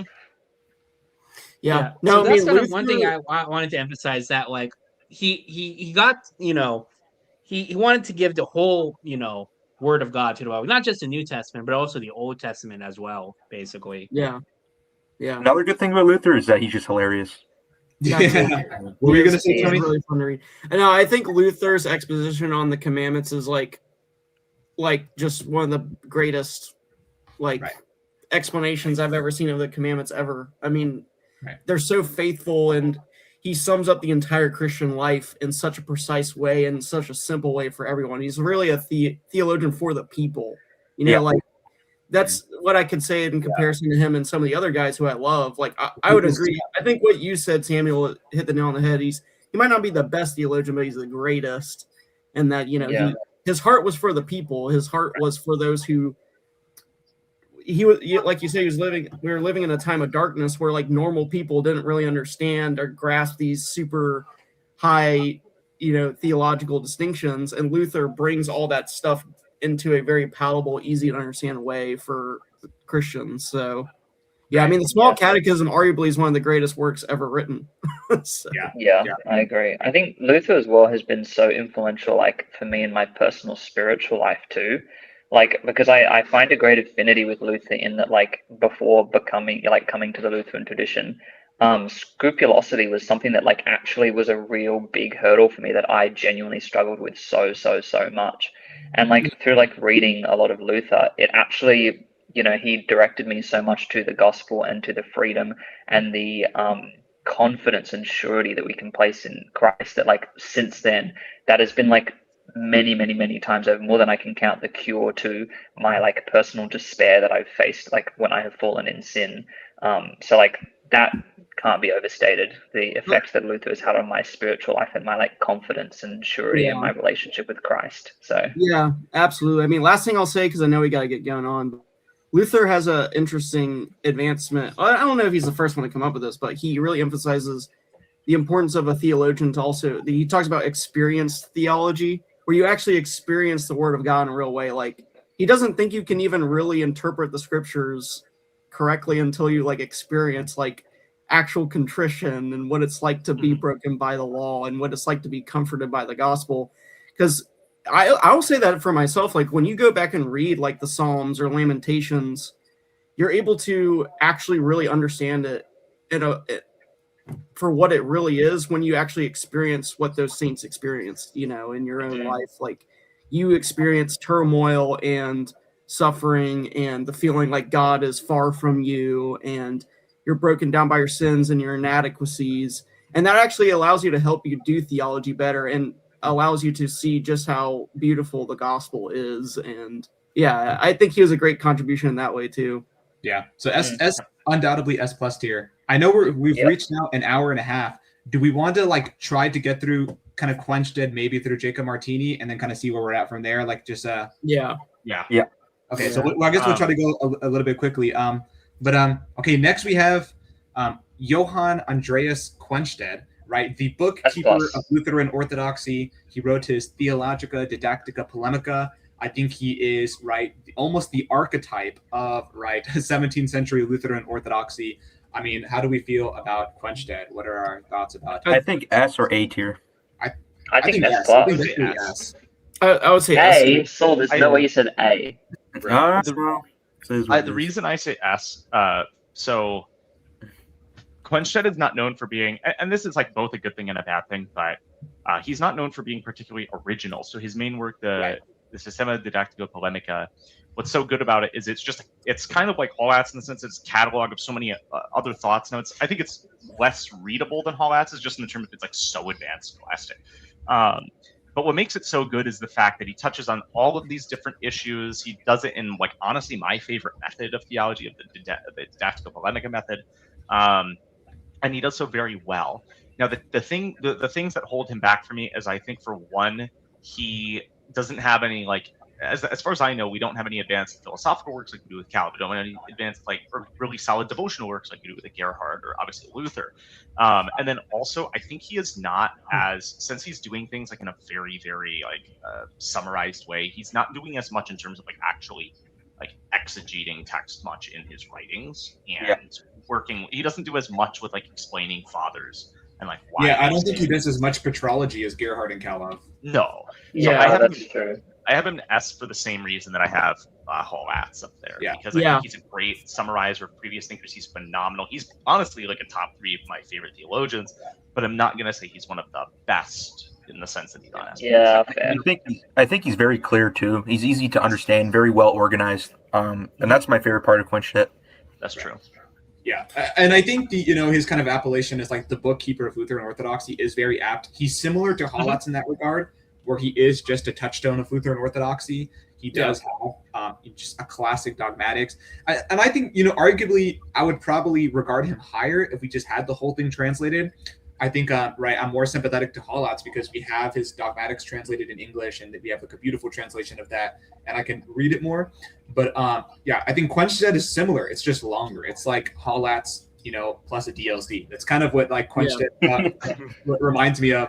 But I think Jared said also I think Quenched's organization is it's very helpful, right? Where he distinguishes didactic theology from polemical theology, right? He has very penetrating insights to the theological discipline. He treats each thesis according to the Aristotelian causes. So it's you can't really go wrong with Quenched. But I think the reason why we can't put him in S+ tier is because he doesn't have a peculiar attribute that makes him stand out in in relation to the other dogmaticians. He again he did everything great, but I'm not sure if Quenched has a particular attribute where it's this is what makes him unique in comparison to other theologians. He's also related to Gerhard. I think he's nephew. Yeah. Well, all right. If we're going to talk about that, I think he also was at one point. I think Kaloff married one of his. Yeah, I was good. right. I bet Quenched was worried when Kaloff married her because he's oh, she's gonna die now. It's terrible. Yeah. Okay. So, are we ready for Chemnitz? Or yeah. There's so much to say about. Is this even a question where Chemnitz is going to go? Right. Chemnitz, should be S+. That's the right place because Martin Chemnitz was one of the most important theologians we've ever had. He's most well known for his examination of the Council of Trent, the Loci Theologici, the Two Natures in Christ. He has some exegetical works. One of my favorite sermons, actually, was the Martin Chemnitz sermon on the parable of the wedding feast. He is quite notable because he, in a lot of ways, is the systematizer of Lutheran Orthodox thought. Of course, he's so notable for being one of the chief authors of the Formula of Concord. So, we'll get to Melanchthon and his thought in a minute, but Chemnitz basically takes a lot of Melanchthon, the really, really good stuff, avoids some of the problems, like tightens Lutheran orthodoxy really well, does so by bringing multiple sides together, and engages with outside parties, the Reformed, the Roman Catholics, the Anabaptists, and does so in masterful ways that pretty much everybody after is indebted to. It said that if it weren't for the second Martin, the first Martin's Reformation would not have lasted. And there's a reason that all of the Roman Catholic premises have to engage with Chemnitz, because his examination of the Council of Trent is so significant as a writing. Right. So Yeah. I have the best Well, not to mention his Enchiridion. I mean, he wrote like a Yes. whole pastoral booklet, which was so influential for how the Lutheran Church does pastoral theology. I mean, yeah, I mean, the Enchiridion is so influential. I mean, And he's the mind behind the Formula of Concord. Yeah. Yes. right. He is. Yeah. And arguably, he's the guy who like really kickstarted the whole like patristics being such a big thing. Yeah, in for our sure. tradition. Right, Like he had a super extensive knowledge of the fathers. So yeah. I will say, We- similar how we talked about earlier, how Johann Husselmann is like the Lutheran theologian for the De Auxiliis controversy. I think Chemnitz was that for the Christological controversy. say, Oh yeah. Because I was just about to say that. Right, because Chemnitz's work on the two natures of Christ is like the locus classicus Yeah. for Lutheran Christology and the defense of the genus Majestaticum biblically and both, in regards to Catholicity. And Chemnitz, I mean, his patrology in that book, I think is wonderful. I mean, he quotes like John of Damascus and Cyril of Alexandria on like every other page in that book. Right. Yeah. So, but I think that like Chemnitz's contribution to, Lutheran Christology, and then also his defense of the Lord's Supper, his work on the Lord's Supper is so Yes. good. So I do think that kind of like 3-volume CPH work that has his like Enchiridion, his, Lord's Supper work, and then I think the other one's on the Lord's Prayer. I think that the examination of the Council of Trent, you have his Two Natures of Christ. I think like pound for pound, Chemnitz might be one of the greatest. Like I think one of the strengths of Chemnitz is that I think one of the things you see in 17th century polemical theology is that theologians are very audacious, and a lot of times they are motivated polemically to make arguments that they probably shouldn't. But I think Chemnitz makes the least errors in his theology. I think he's very methodical. He has a very modest approach to theology. And I think, like, again, pound for pound, he might be just one of the most consistent theologians that is, like, methodologically, consistent. His exegesis is principled, right? His theologizing is, correctly informed by his exegesis and a moderate amount of philosophy. His, patrology, I think, is balanced. So I think, like, Chemnitz is just I think he's a balanced theologian. I think that's the way that I have to put it, and I think that's very commendable. If you had to only list two flaws of Chemnitz, Right. one would be he's not super duper philosophically inclined, which isn't necessarily a bad thing because, like you said, Samuel, he probably does make the least amount of errors because he is like just trying to be like straight to the text most of the time. But like when you read Chemnitz, when he's like trying to list all these like super philosophical objections to certain things, like sometimes he'll just hand wave them like, well, the Bible says this, so I don't really care about that. And So true. the other major flaw of Chemnitz is his haircut. But other than that, he's the haircut, yeah. No, the haircut gave him his power. So he's also like really easy to read. Like he's like your go-to is. for Lutheran polemics. So I'll throw a wrench in here really quick because I just saw that Thomas Loy just made a comment about this. It is traditionally said that Luther, Gerhard, and Chemnitz are the three greatest Lutheran theologians. I think there's a case to be made that Calov replaces the Calov should be above Chemnitz. That just may be kind of like indicative of my affinity for Lutheran scholasticism in the era of Orthodoxy. But if he does not surpass Chemnitz, I think Calov rivals Chemnitz. Like I think, that, like Jared said earlier, like Calov is the fourth theologian in that list. Like I think the list deserves to be expanded to kind of the a top four. And I personally enjoy Calov more, but I think that he's right up there with Chemnitz.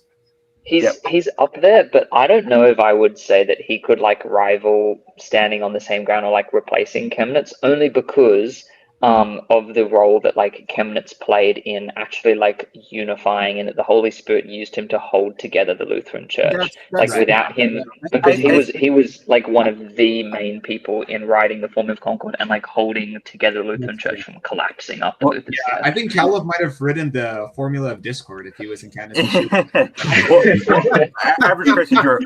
Well, that's true. Like Chemnitz was, kind of influential for that. You can make the same case kind of for Kalov, that he was trying to maintain the church during the syncretist controversy and the other controversy at the time. I think that technically Chemnitz is obviously more authoritative, but when you get to more, I guess, complicated matters, Kalov is the next guy. I'm obviously a little bit biased, hence the name, but nevertheless, yeah.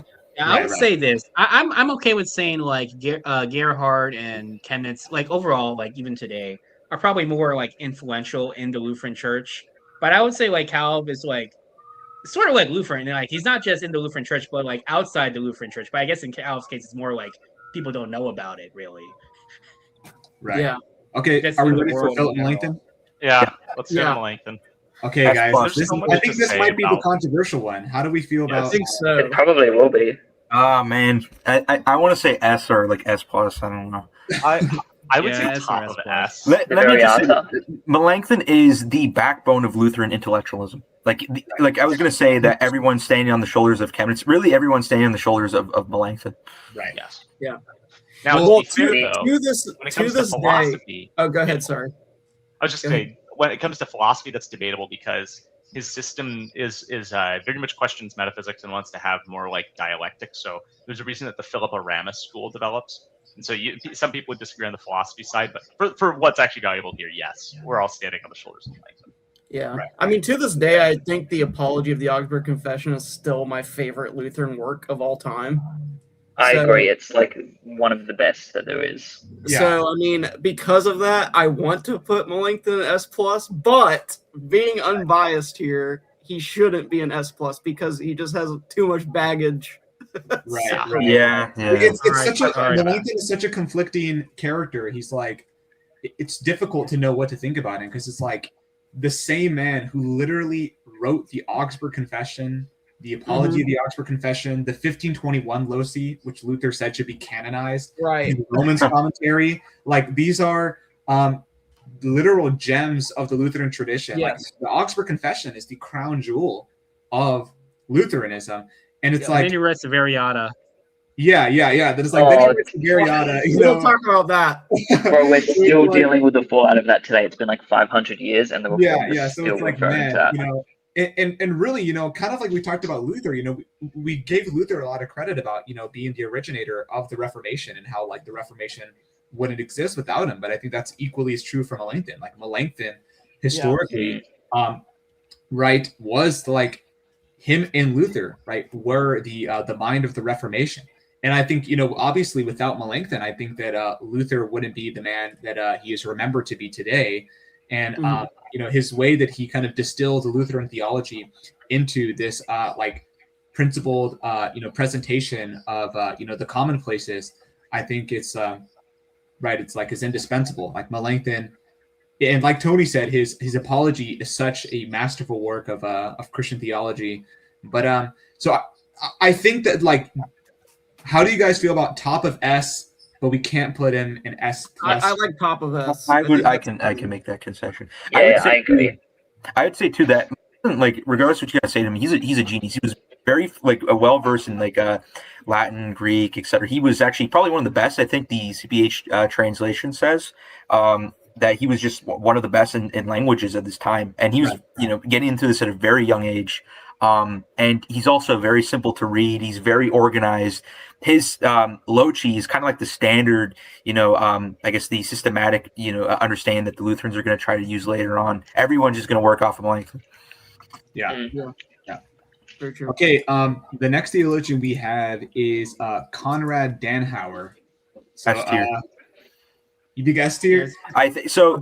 So I've read like a decent bit of him. He is by far one of the most authoritative Lutherans at his time. Everyone's quoting him. He has two massive works, one against the Calvinists, one against the Papists, and he also has another work where it's just like a conjunction of different, like I guess it's like a systematic theology. I'm forgetting the name of it right now, but he's very well versed in patristics, medievals, and his arguments are very strong. Yeah, I think isn't there? There's a bit of controversy around him. Oh, sorry. Oh, really? Okay, I'm curious about this one. I haven't heard about that. Wasn't like I had read somewhere, I can't remember who from, that there was a little bit of controversy around him. Not necessarily around like him as a figure in himself, but because like he like underneath his tutelage, didn't he like tutor Philip Jacob Spener? Yeah, he did. Yeah, Philip Jacob Spener, but you have to remember, Spener early on is different than somebody like a late pietist. I mean not late, but like Joachim Lang, because Spener, a lot of his things, even Kalov was like, yeah, this stuff's pretty good. So it's not. I don't think we can take too much out of that. And Hollatz and others are going to explicitly say, and even Leisure will say, there were some criticisms from the early pietists that are actually quite valid. So I wouldn't take that as a negative, honestly. Yeah. And so, like his relation with Spener too is like, it's not like it's kind of more like academic oriented, where they would just kind of bounce off ideas from each other. And at first they had a very like good friendship. So it's not like he was, hand in hand with the pietists. And you can see his works on this too, right? I think he's also very philosophically inclined too. Right. So I think that and I think Danhauer, even though like he's not as historically influential and wasn't like remembered as much, I think just the quality of his dogmatics is speaks for itself. Like I think Danhauer has like amazing treatments of justification. So I think he deserves to be S tier. I mean, I think like kind of around. Yeah, I agree. I would also add. I would also add for Danhauer that I believe I was reading this in Haneke, but I think Danhauer also wrote like a theology basically similar to like something like similar to like Bonaventure or something. It was like this mystical theology he wrote. Yeah.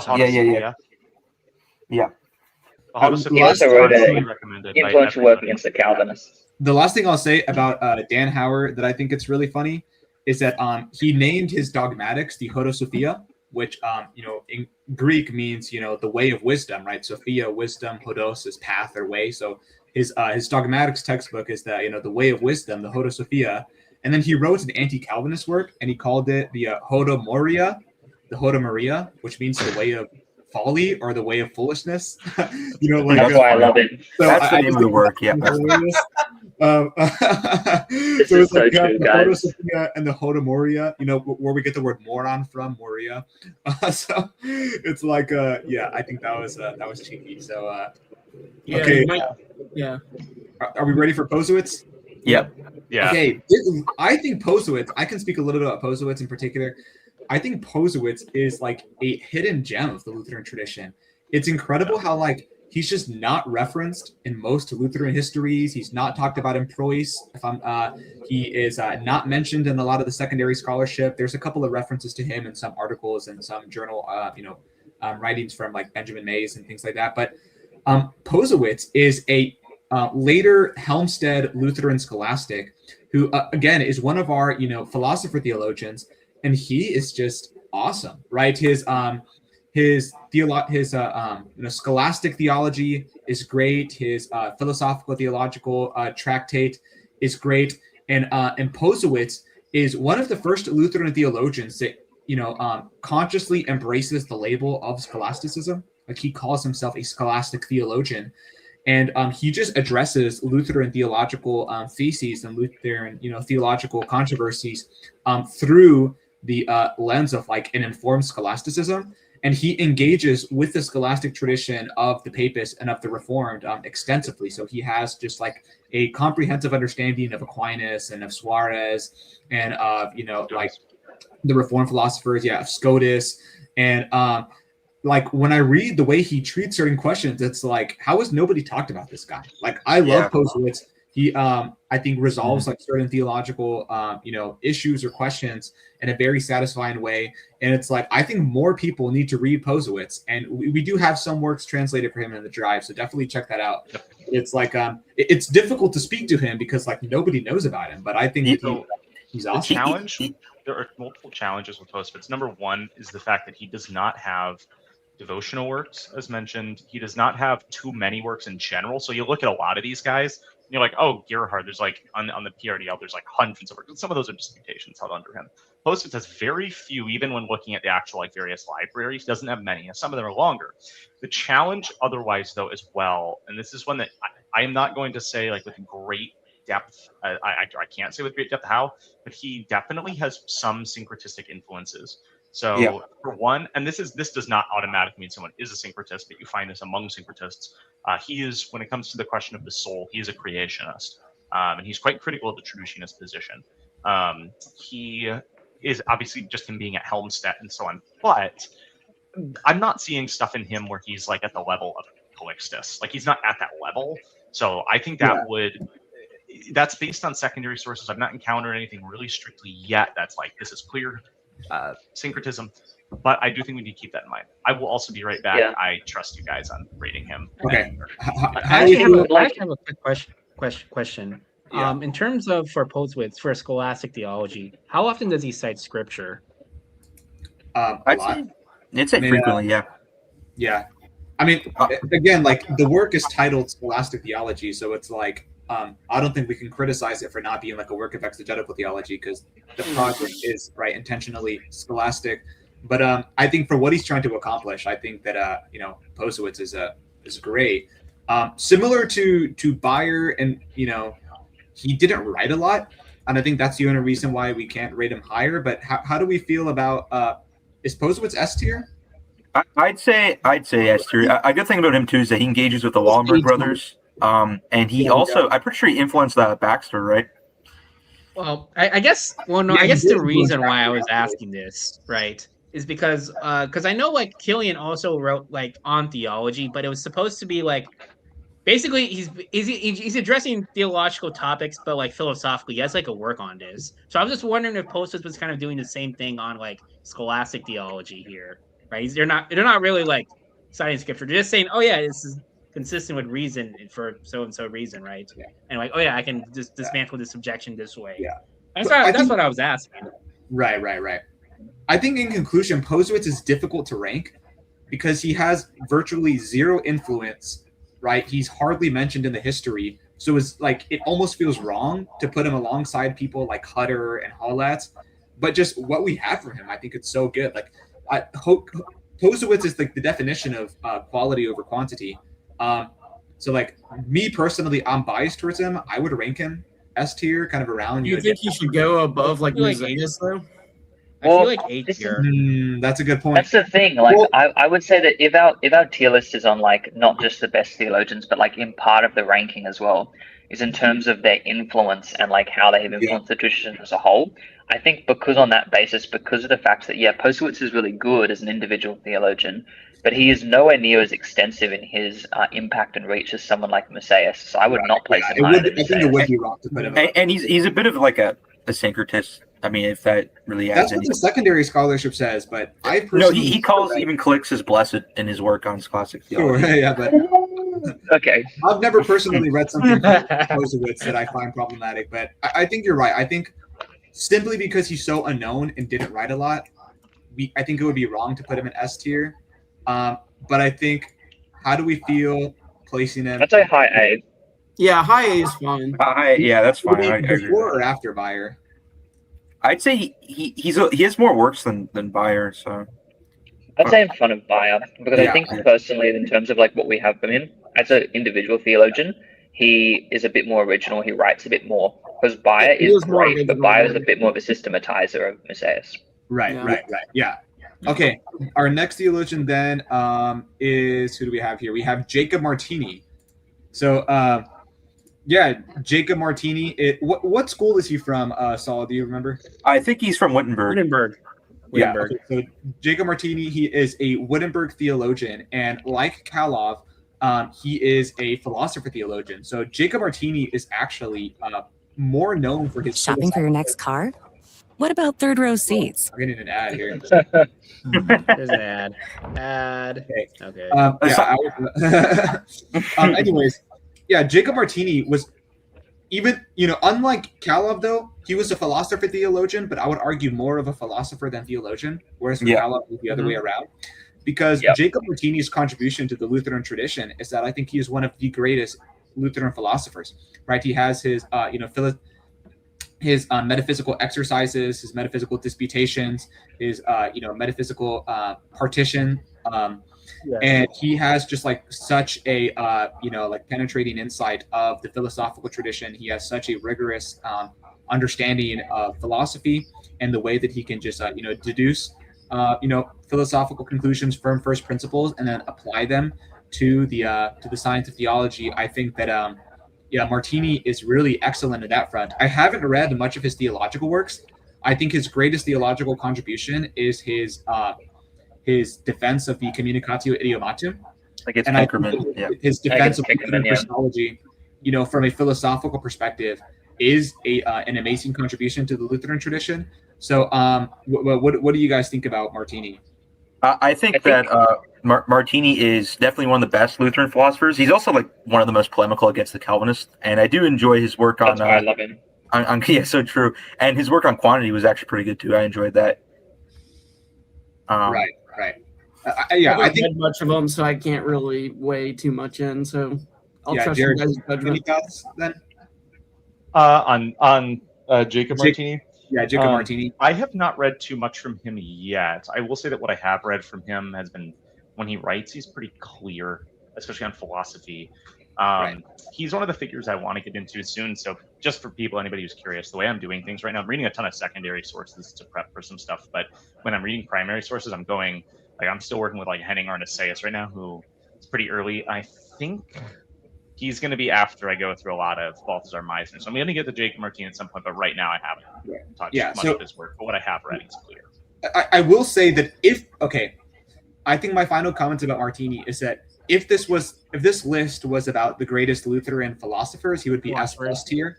Yeah. Yes. I think because this is not a philosopher tier list, I think we can put him in A.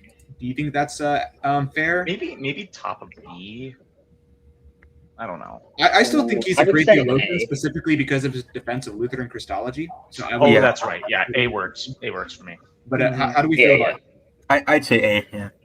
Yeah, same. Right, but for the people who are watching, he would be S+ tier if it was a Lutheran philosopher tier list. Yes. I think we can put him after Bayer. Yeah. Yeah, that's fair. Yeah. How many more do we want to go through? We're hitting 2 hours here. I think maybe we could do a part 2. Who knows? But I feel like, I think some of these guys are more or less relevant. So like I can't say too much about Glassius. I know he's very important. I have good stuff to say about Catreus, and I can say some good stuff about Aegidius when he is, but otherwise. We want to speed run, maybe 30, 45 seconds for each of these guys and just go through them really quick. Okay, so let's do quick thoughts here. See how we go. Okay, so Glassius, he is, I think Glassius is important because of his contribution to Lutheran hermeneutics. So I think that's his unique contribution, but he's kind of a one-trick pony from what I understand in that regard. So I think A tier is good for Glassius, but what do you guys think? I think A tier as well. Yeah. Okay. So let's put Glassius A tier. I think for theology, Brentz. I do have some things to say about Brentz when he comes up. Okay. Yeah, okay. Brentz is kind of an important figure. Because last thing I'll say about Glassius really quick is that it is often said that the one thing that was missing from Gerhard's Loci Theologici was just a proper treatment of hermeneutical principles and the science of exegesis. And Glassius, provides that missing piece. So I think because of his contribution to hermeneutics, that is a unique theological contribution. So I would put him right behind Bayer. Yes. But okay. And very important. Quick assessment. How do we feel about Brentz? Brentz is I'm conflicted on Brentz because Brentz is, for a couple of reasons, a really important and a theologian that should be honored, but at the same time has also caused a lot of issues. Yeah, right. And has a lot of baggage and a lot of issues. Right. The Brentz's articulation of Lutheran Christology, unfortunately, was an occasion for much controversy. And I think like we talked about earlier, Chemnitz has the locus classicus for Lutheran Christology, and I think that he's a much more careful theologian. I think Brentz has some peculiar ways of speaking that can be scandalous.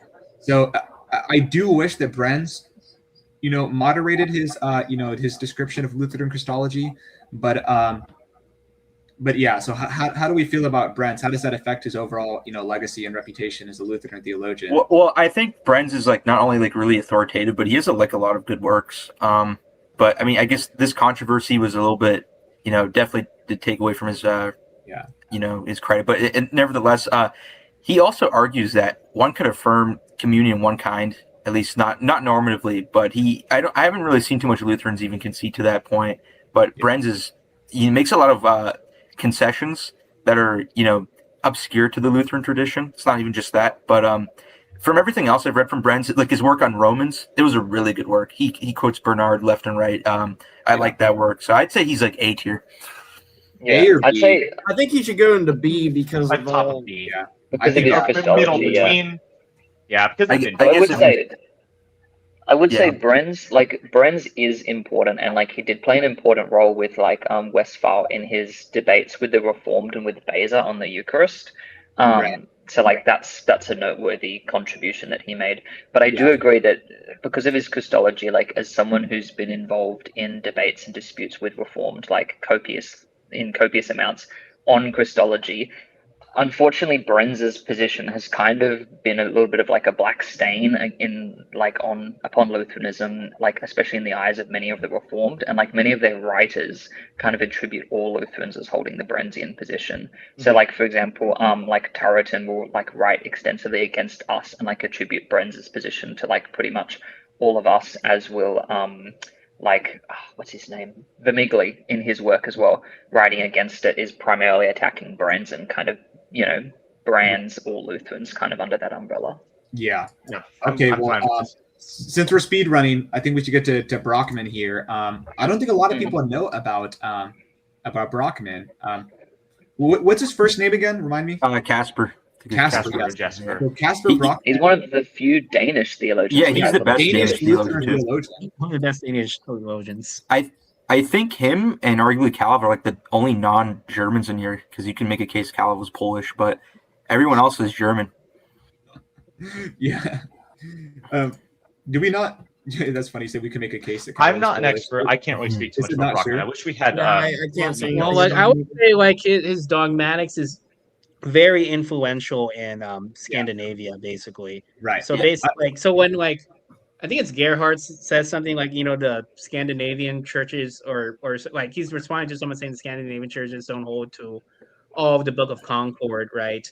Gerhard responds, but they have next to like I guess Luther's catechisms and stuff, right? Basically, like Brockman's dogmatics text, basically, and he agrees with Gerhard, basically. Right. Yeah, I would say that for me personally, I have not read a lot of Brockman, so I cannot commentate on him extensively. But from what I have read, I read him on the Lord's Supper, and I've read from his James commentary. I think just very solid theologian. Like so, and I think it's cool that he's Danish. So how do we feel about A or B tier? Or like what do we think? I've read a decent bit of Brockman. I think he's also very so he doesn't spend too much time on some questions. He's very quick and precise. Which I guess if you want something more lengthy, Brockman's not your guy. But if you want something short and easy to understand, Brockman he summarizes it, gives the arguments, responds. I'd say low A because of that. Yeah, maybe low to mid A tier. Yeah. Okay. Okay. Going through these quickly, we have Beckman. Friedrich Beckman is another Jena theologian. So he is, in the tradition of Musaeus and Bayer and Budaeus. I will say what Beckman, I forget the name of his theology. I think it's called Universal Theology. Or polemical theology. But Beckman's systematic is great. I think he makes good distinctions like the Jena theologian. I really appreciate his work. I will say, I think Beckman's coolest contribution is that he wrote an entire commentary on Leonhard Hutter's compendium of theology. Right. So because Hutter wrote his compendium of what is the name? It's the compendium of what theology? Hutter's. I can't remember, but it's regardless. Hutter's compendium. Yeah, right. I think it's just a compend of theology, actually. But but Hutter wrote his compend of theology, and then Beckman wrote annotations on the entire thing.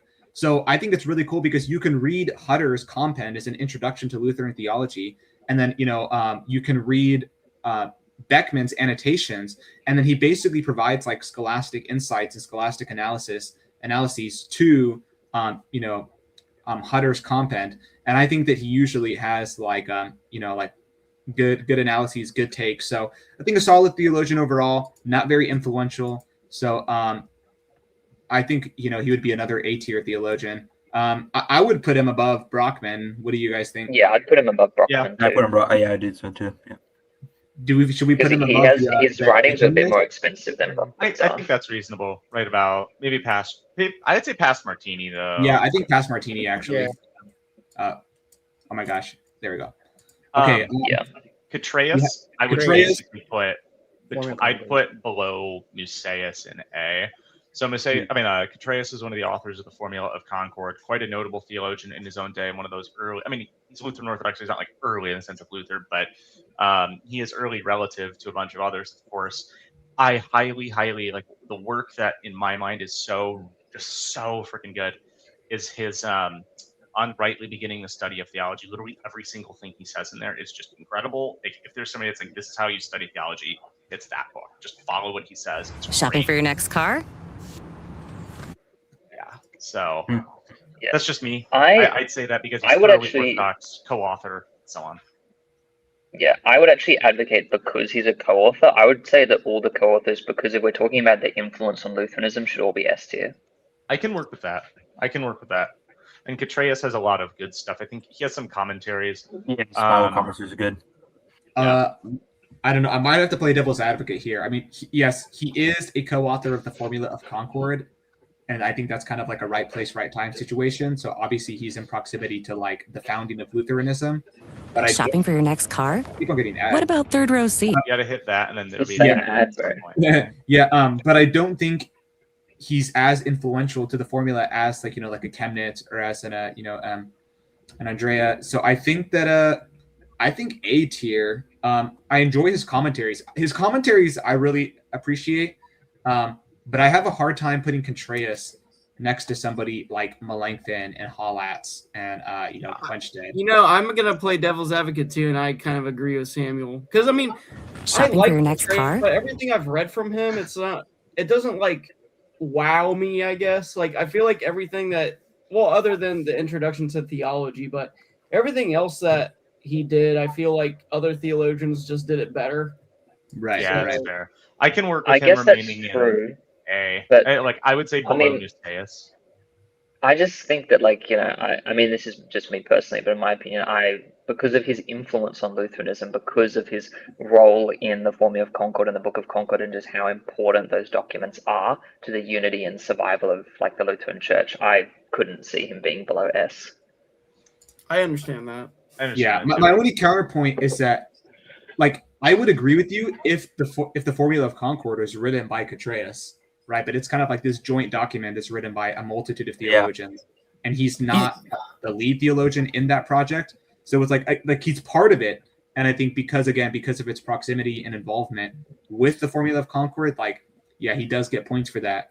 But I don't think we can attribute the success of the Formula of Concord, just we can't impute that to Catreus as an individual, in the same way that we kind of could for a figure like Chemnitz, but or Jacob Andre because he wrote the Epitome. So right.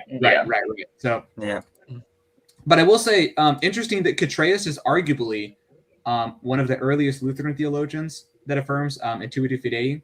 Right, he at least does use that formula nominally, which is very interesting for historical purposes. But so how do we feel about closer to the top of A? Yeah, I'm fine with that. That's why I said right below Musaeus. I think he should be above Post because of the impact. Right. Yeah. Yes, I agree. So that's right. Yeah. Also, quick question I want to answer here. Somebody asked, why is you're not going to seminary? I have a full video on this, but broadly, I don't think you have to be interested in theology, or you don't have to be. It's not just the case that if you're interested in theology, therefore go to the pastoral office. I think it's really good to be a layman studying this kind of stuff so you can have other laity educated. And I like the job that I have, and a lot of the things that I can do in my life are supplied by the fact that I have a good job, and that would be much more difficult to do the other stuff I want to do if I didn't have it. So that's why. Yeah. Okay. We have Dorsch. So his first name Or is Thomas George. Glazer, everybody. I know. We got it. His major first name work- is George, right? Yeah. Johann George Dorsch. Okay, so Yeah. we have Yep. Johann George Dorsch.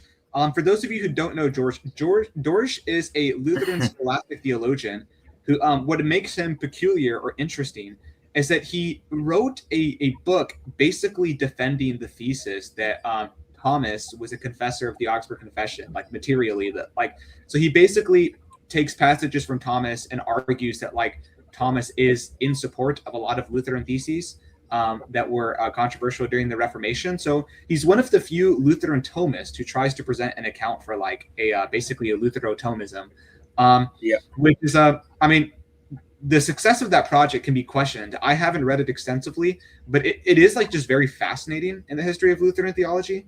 But apart from I'm that convinced. work, I don't think that he was a very influential theologian. His have major that, work otherwise, he had Kalov, I think it's his commentary on Zechariah. Kalov says it's like a masterful work of his. He also. Oh, sorry, go on. Oh, that's all I was gonna say. Oh, okay. I just wanted to mention too before I forgot. He has a work on like the Augsburg Confession, like the anniversary, where he gives like I don't know if it's like so much of a commentary, but he has that work and it's referenced a lot. Kalov says I think in Major Controversies that's good work, and I think he's actually like one of the only Lutheran theologians from Rostock on this list here. So where's your A, B? I think A. I would say I was gonna say top of B just because he's not like massively influential. His works are like honestly just they're like interesting, but they're not like I don't see him at the level of impact as others, and he doesn't do anything so unique that's actually really valuable. Like the Luthero-Thomist stuff is fascinating, but it's not like we need this, right? Okay, now we have Jacob Andre, and I think that what Average Price Enjoyer was saying about his influence, I think that can apply to Andre. So do we think S tier for Jacob Andre? Well, yeah, he had dialogues with the Eastern Orthodox. He had I should say. Oh yeah, that's true. Communication. Yeah, I have that word. Colloquy with Montbéliard, with Montbéliard, with Beza. He was like one of the most important representatives of Lutheran Orthodox, and he helped write the formula in a quite notable way. So yeah, he should. Yeah, he definitely deserves to be an S tier. Yeah. I don't think there's much to say about it. Yeah. Any other comments? On Andre, I would recommend too, even for people in the audience. Andre, his like debate with Beza at the Colloquy of Montbéliard, I reckon is dead set like one of the best works that you can read if you want to see like a Lutheran and Reformed like debate and engagement side by side. And I also think particularly in like the I put it in this is actually so true. I think like the reason why that work is so good, and I would recommend like anybody who's interested in the debate between like the Reformed and Lutheran traditions to read that, is because I think Andre does such a masterful job, particularly in the debates on the Eucharist, but especially Christology. He does a fantastic job of showing like how much more biblical and how much more patristic the Lutheran position is over the Reformed. Like, so I just think that work is really, really, really good, particularly on the Christological debate. I would also say Andre's work, like his dialogue with Patriarch Jeremiah, is also pretty good as well. Yeah, showing like, where Lutherans are getting this biblically, and we're responding to like Jeremiah's criticism and like the filioque, right, and so on and so forth. I also wanted to make one a comment from before. Dan Howard also wrote like one of the most extensive defenses of the filioque. Okay, I didn't even know that. That's pretty cool. I forgot about that. Okay, next we have Baldwin, Friedrich Baldwin.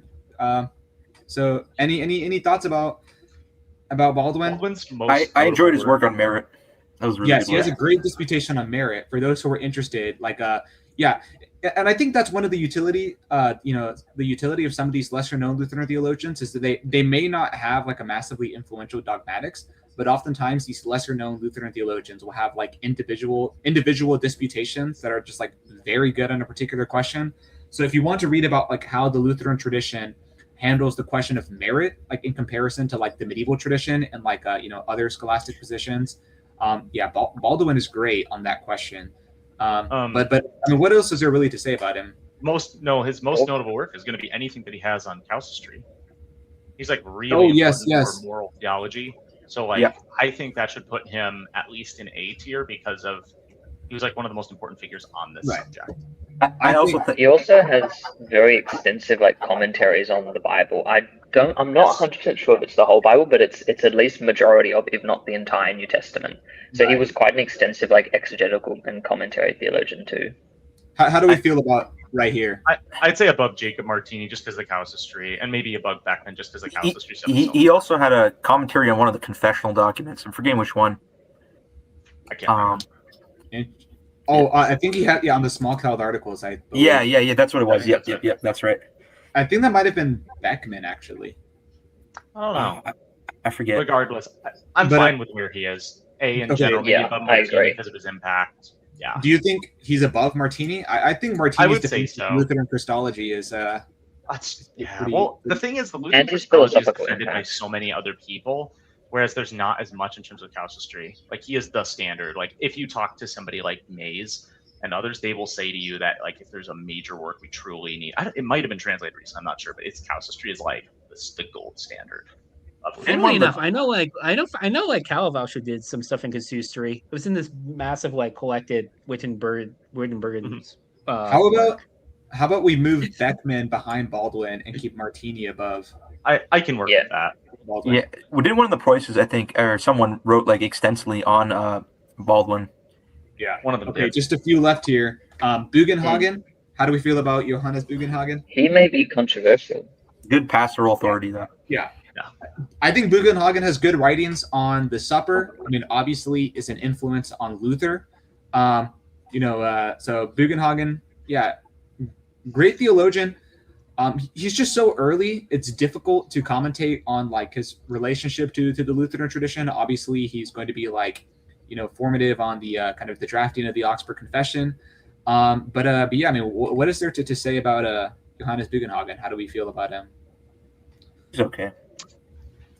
I mean, I would probably just say top of B. Like, Yeah. I almost kind of just. I know. I mean, in some ways, I'm tempted. I mean, I feel like I don't know if we have to put anyone in C tier. I don't really want to put him in C tier solely because of his influence on Luther. Right. He probably kept Luther from having a mental breakdown. Right. But That's true. I'll say I don't think it's right to put Bugenhagen below Dorsch. yeah, I agree. He should be above Dorsch if he's going to be in B. Actually, I think Brenz deserves. Should Brenz be above Dorsch? Yeah, I don't know about that. for his impact. Yeah, for his impact, he's not as R.I.P. orthodox as someone like Dorsch. Your But Thomasinian was not enough. Right. Dorsch was Okay. pretty authoritative, but I guess Brenz is obviously more Brenz- recognizable. Okay. But We're in the- there were entire traditions built off of Brenz in terms of Yeah. Christology. Like, you can say it's controversial, but nonetheless, there were some that would take Brenzian Yeah. Christology. Yeah. Especially our next person, Gidius Hunius. I'm pretty sure he took Brenz's view on Christology. He did. So Yeah. Gideus Yeah, Hunius, so- Hunius, I mean, the main things to say about him is he's most well known as a polemicist. I don't think he has a systematic theology. I don't know if he has, can't remember, but he's most known for his polemical works. But also, I mean, didn't he this is my write personal- the I love reading- Anti-Calvinisticum or something? Yeah, he wrote a work. Oh, yeah. Against the Calvinist. Oh, yeah, I Yeah. have a question actually. Was Aegidius Hunius the one who like helped popularize IF, or was that Hutter? That was that was. Hunius. I think it was actually It was- That was Hunius. both of them. Was it Oh, this I okay. think one? it was both. Hutter gets recognized Hutter too. does teach IF, but Aegidius Hunius was definitely more influential, I think, in like spreading the IF formulation. Or, like, Okay, making it a okay, little bit okay. more I solid think inside that Pieper tradition. states it's Hutter, but I think that's Pieper's opinion. But I think there's a case to It's be made. mix. I thought I But I will recall say this. Walter saying it was Hunius that like first, kind of like introduces the idea of IF. Well, So it's one of them. because- Put it that way. Because I thought it was either him or Hutter, right? I know it's the Yeah. H's. Yeah, And I thought it's like, oh yeah, IF is kind of like, it influenced Yeah. the rest until like, America. So it's like, something oh, to yeah, note yeah, too maybe- is that he was involved in second Regensburg, I think it is Regensburg. He was Yeah. in a dialogue with the Jesuit, I think, Tanner. They had like a funny interaction, but He, So- he's This might I be a would say- hot take, but if anyone deserves to be in C tier, I do think it's Aegidius Hunius. Because Ooh, no, I disagree. Because I don't know. disagree. When I I read disagree, his I disagree. anti-Calvinist work, he just makes all these like bizarre charges against like Calvin that I'm like, dude, it just kind of makes us look a little wacky. But are you talking about his The Judaizing? Judaizing account? Calvin is The one in best print? work ever. Yeah, Talk it's the about one in that print. one, Tony. Yeah. Yeah. I mean, So- Okay. How do we feel? So let me- C-tier, And I B just tier? feel like No, no, no. Let me counter. Let me Oh, counter. Let me yeah, counter. Okay, everything okay. Hunius Let- did, let- but let- better, Okay, you average know, person like, enjoyer is going to cook yeah. here. What is it? Okay, like I think I agree with you in the term that like I think because Hunius is a little bit too polemically focused that he sometimes falls into that trap of a lot of the polemicists in like trying to throw out as many arguments as possible that like a lot of the time some of them fall flat or are just not very good, and for that reason like that's fair that can kind of impact his rating. But I will say if we're talking as well like if we're including influence, Hunius is really, really important because of the role that he played, both in the controversy with Samuel Huber, as well as the controversy with the crypto Calvinists. And Yeah. because of that, I reckon that Hunius is really, really important for like Lutheran orthodoxy as it was preserved in Wittenberg. I So- actually, as I think about it, because you have to remember, he wrote the Saxon Visitation articles, which are Yes, he like did. quasi, like almost Yeah, no, he's confessional. pretty authoritative. So like I would Oh, say okay. he has to be A tier for that, frankly. Yes, A I tier or definitely B agree. tier? And I should say, having read some of the didactic stuff he does, he is like a masterful interpreter of scripture, and Gerhard notes such as well. So Okay, so how about I can work with low A. Is probably Low the A. best. how about Yeah, I think above that's- Brockman? Sure. I mean, Yeah. they're kind of equal to me just because of their impacts in the regions. Like Brockman being, was it? Where did you guys? Yeah, do? maybe I'm being Danish. unfairly Danish. biased Scandinavia. because I have read his anti-Calvinist work, and I was like, I mean, it's okay, but Right. I might be downplaying his other contributions. Read his didactic works, and they're quite good. No, I kind of agree with Tony that some of his arguments are bizarre, but I think Yes. he's one of the ones where like his historical context and influence kind of like buttresses his rating. So I think Mhm. low A is reasonable. Do we think that's fine? Sure. He's engaging with Yeah. like kind of like a different group of Calvinists for sure. But yeah, I Right. think he's like generally authoritative in Germany. So I just think Somebody his just said- involvement with the crypto Calvinist controversy is really important. Somebody And just was said that very Hunius is influential. S tier in the chat. Can we ban him? yeah, that's crazy. That's insane. Plinius is a phenomenal expositor of scripture, but yeah, some of his polemics are just not that good. So Okay. Okay. Final three here. We have Eustace Jonas. Eustace Jonas. Okay, he's one of the contributors to the Augsburg Confession, first generation Lutheran. Wrote a good catechism on the supper.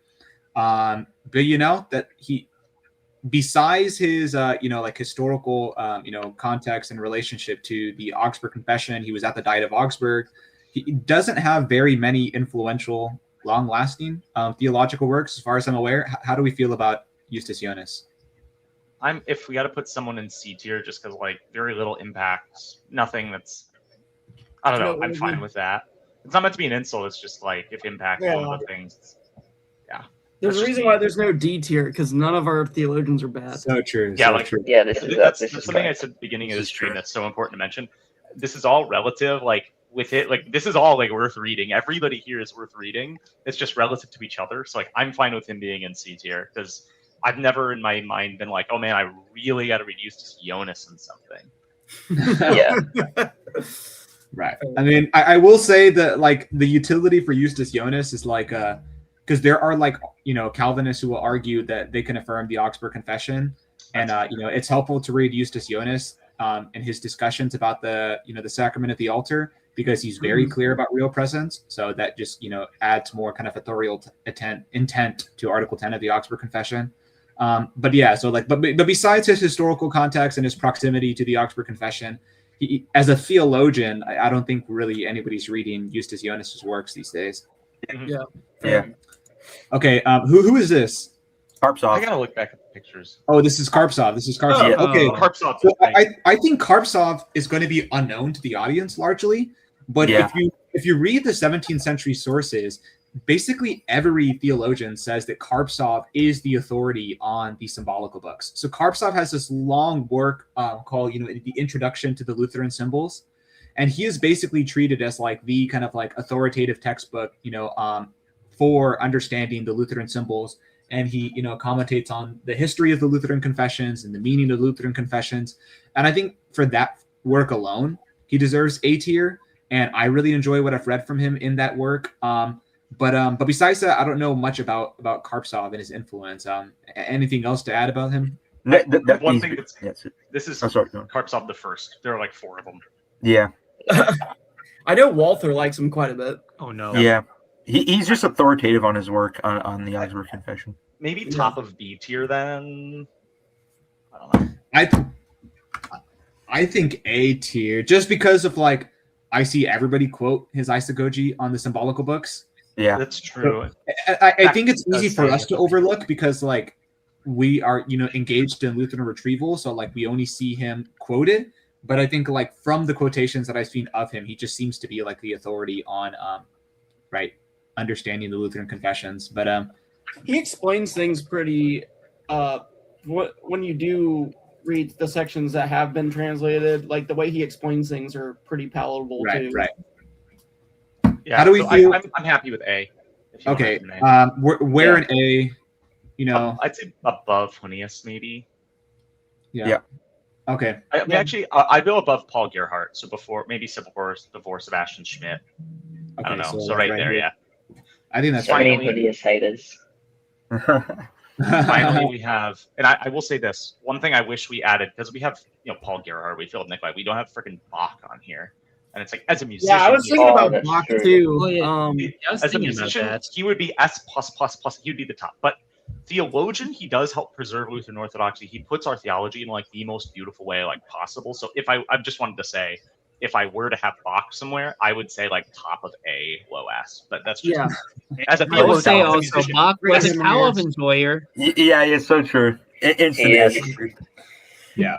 Well, Also, guys, we don't have do have to Calixtus remember on this here is either. True. we do have to remember that this is a theologian list, not a musicians list, though. I know. So- I'm just saying it because he does preserve a lot of our tradition. Katie von Bora is my favorite theologian. Anyway, Okay, Everybody finally, be a theologian, guys. everybody. the last one here we have Johann Olerius. Ooh, So, he's one of my favorites. Yeah, Johann Olerius. Good. I think it's similar to Posewitz in the sense I that wanted most. an exciting career. Hey, I trained at another the College of ad, Healthcare Emily. Professionals.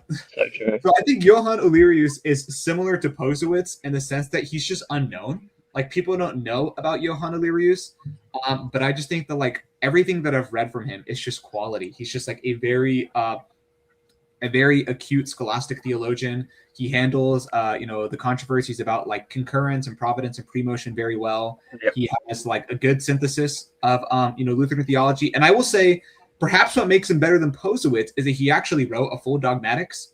Yeah. But Olerius is just difficult to commentate on him because he's not influential to the tradition in the way that other theologians are, like because they're involved in these like controversies and like historical episodes. He's sort of just there. He just writes and he's good. But I don't know. How do you guys feel about Olerius for those who read him?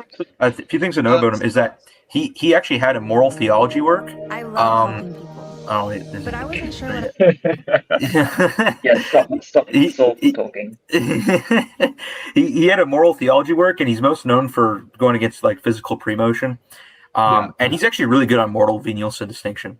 His work on theology is like so. His I guess his dogmatics work is very easy to understand. It's very short, I would say, but he's just overall a good theologian. Not too much from him, but I hope we get like his moral theology work translated at some point. Right. Yeah. So yeah, I'll also say, like, if I remember correctly, I think Olerius has some stuff in philosophy as well. Yes. Yeah. Also, funnily enough, I remember I think I was talking to Sirius about this, and he said like, "Oh yeah, like Olerius is pretty good." It was like even like a later like actual scholastic Thomist like I was quoting him and like, "Oh yeah, this guy's like a good like he's a sharp Lutheran apparently or something like that." Don't tell Astro that.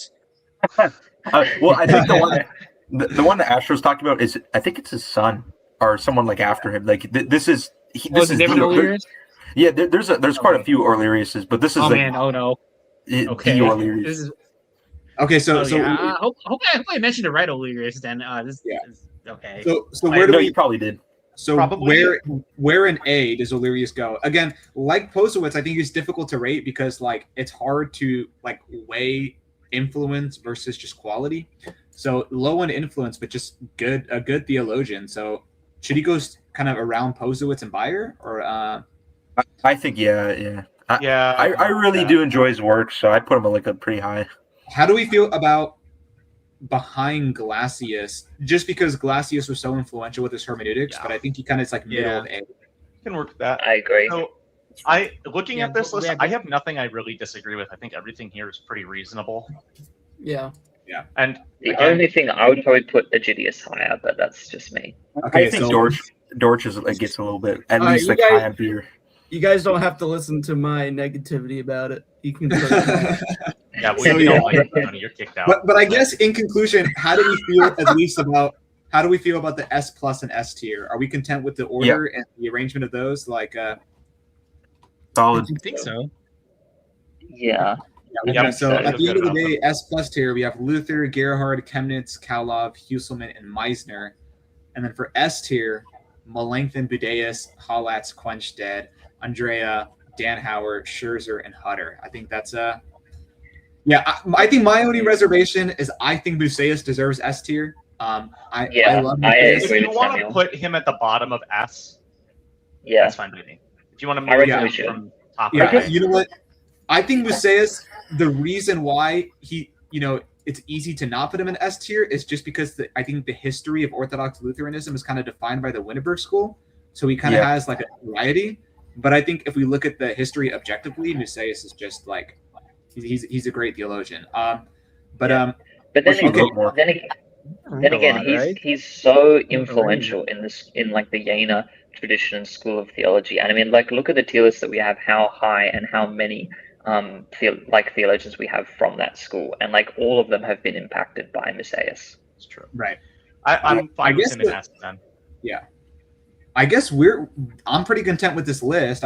We have 32 people in the stream right now. I guess unless the comments have any reservations or any opinions about amendments that need to be made to the tier list, I feel pretty satisfied with Any this. questions? I don't have anything. Someone I'm good. I mentioned think this is good for the most part. before. Yeah. Well, I think if you're gonna put any syncretists on here, Fabricius would be the best one. Yeah, someone says I think we're missing Saint Augustine in S tier. So true. No, because that means they'd be higher than Luther. And Kalov too. We can't have that. Anyway, though, Yeah. I have nothing we else need there. Kalov and S plus tier, but this is obviously Reformation and post-Reformation theologians. So I think we should be happy with this. no Anything else from Calixtus. anybody? Yes, the comments are asking about Calixtus. Where do we rate Calixtus? S tier? F tier. And any tier like below C. We wanted to like glaze Lutheran theologians. So true. Yeah. Someone says the I thing think with Melanchthon should. Thomas says I think Melanchthon should be the bottom of S plus. It's hard to weigh his unfortunate turnout more than the things like the Augsburg Confession, which we as Lutherans cannot even disagree with. Okay, so a case for Melanchthon in S plus tier. I totally understand that, but here's the thing, because like he gave rise to the Melanchthonian school, created all these controversies that created the necessity of the Formula Concord need to be written in the first place. Wait, maybe that's actually an argument for S tier. No Formula of Concord without Melanchthon. Oh, there you go. and just the fact that he's also Kalov famously said that like Melanchthon made more Calvinists than Calvin or something to that effect. But okay. I think he should stay in S. I can see why someone would say S plus. Don't tell the good Reverend Dr. Matthew Fenn. I think it's done. Oh yeah, Matthew Fenn would put Melanchthon definitely an S plus. Yeah, maybe above Luther. Nah, he for the record, he's not a Melanchthonian in the Calvinist sense. He just loves Melanchthon. Yeah, he does. I think Melanchthon is so difficult to rate because like if Melanchthon died earlier than he did, he would literally be S plus tier. Like he would just be like right behind Luther, arguably over Gerhard. Like yeah. Well, Melanchthon plummeted after Luther died because I feel like they were a perfect balance to each other. Like, Luther kept Melanchthon on the straight and narrow because Luther was so uncompromising.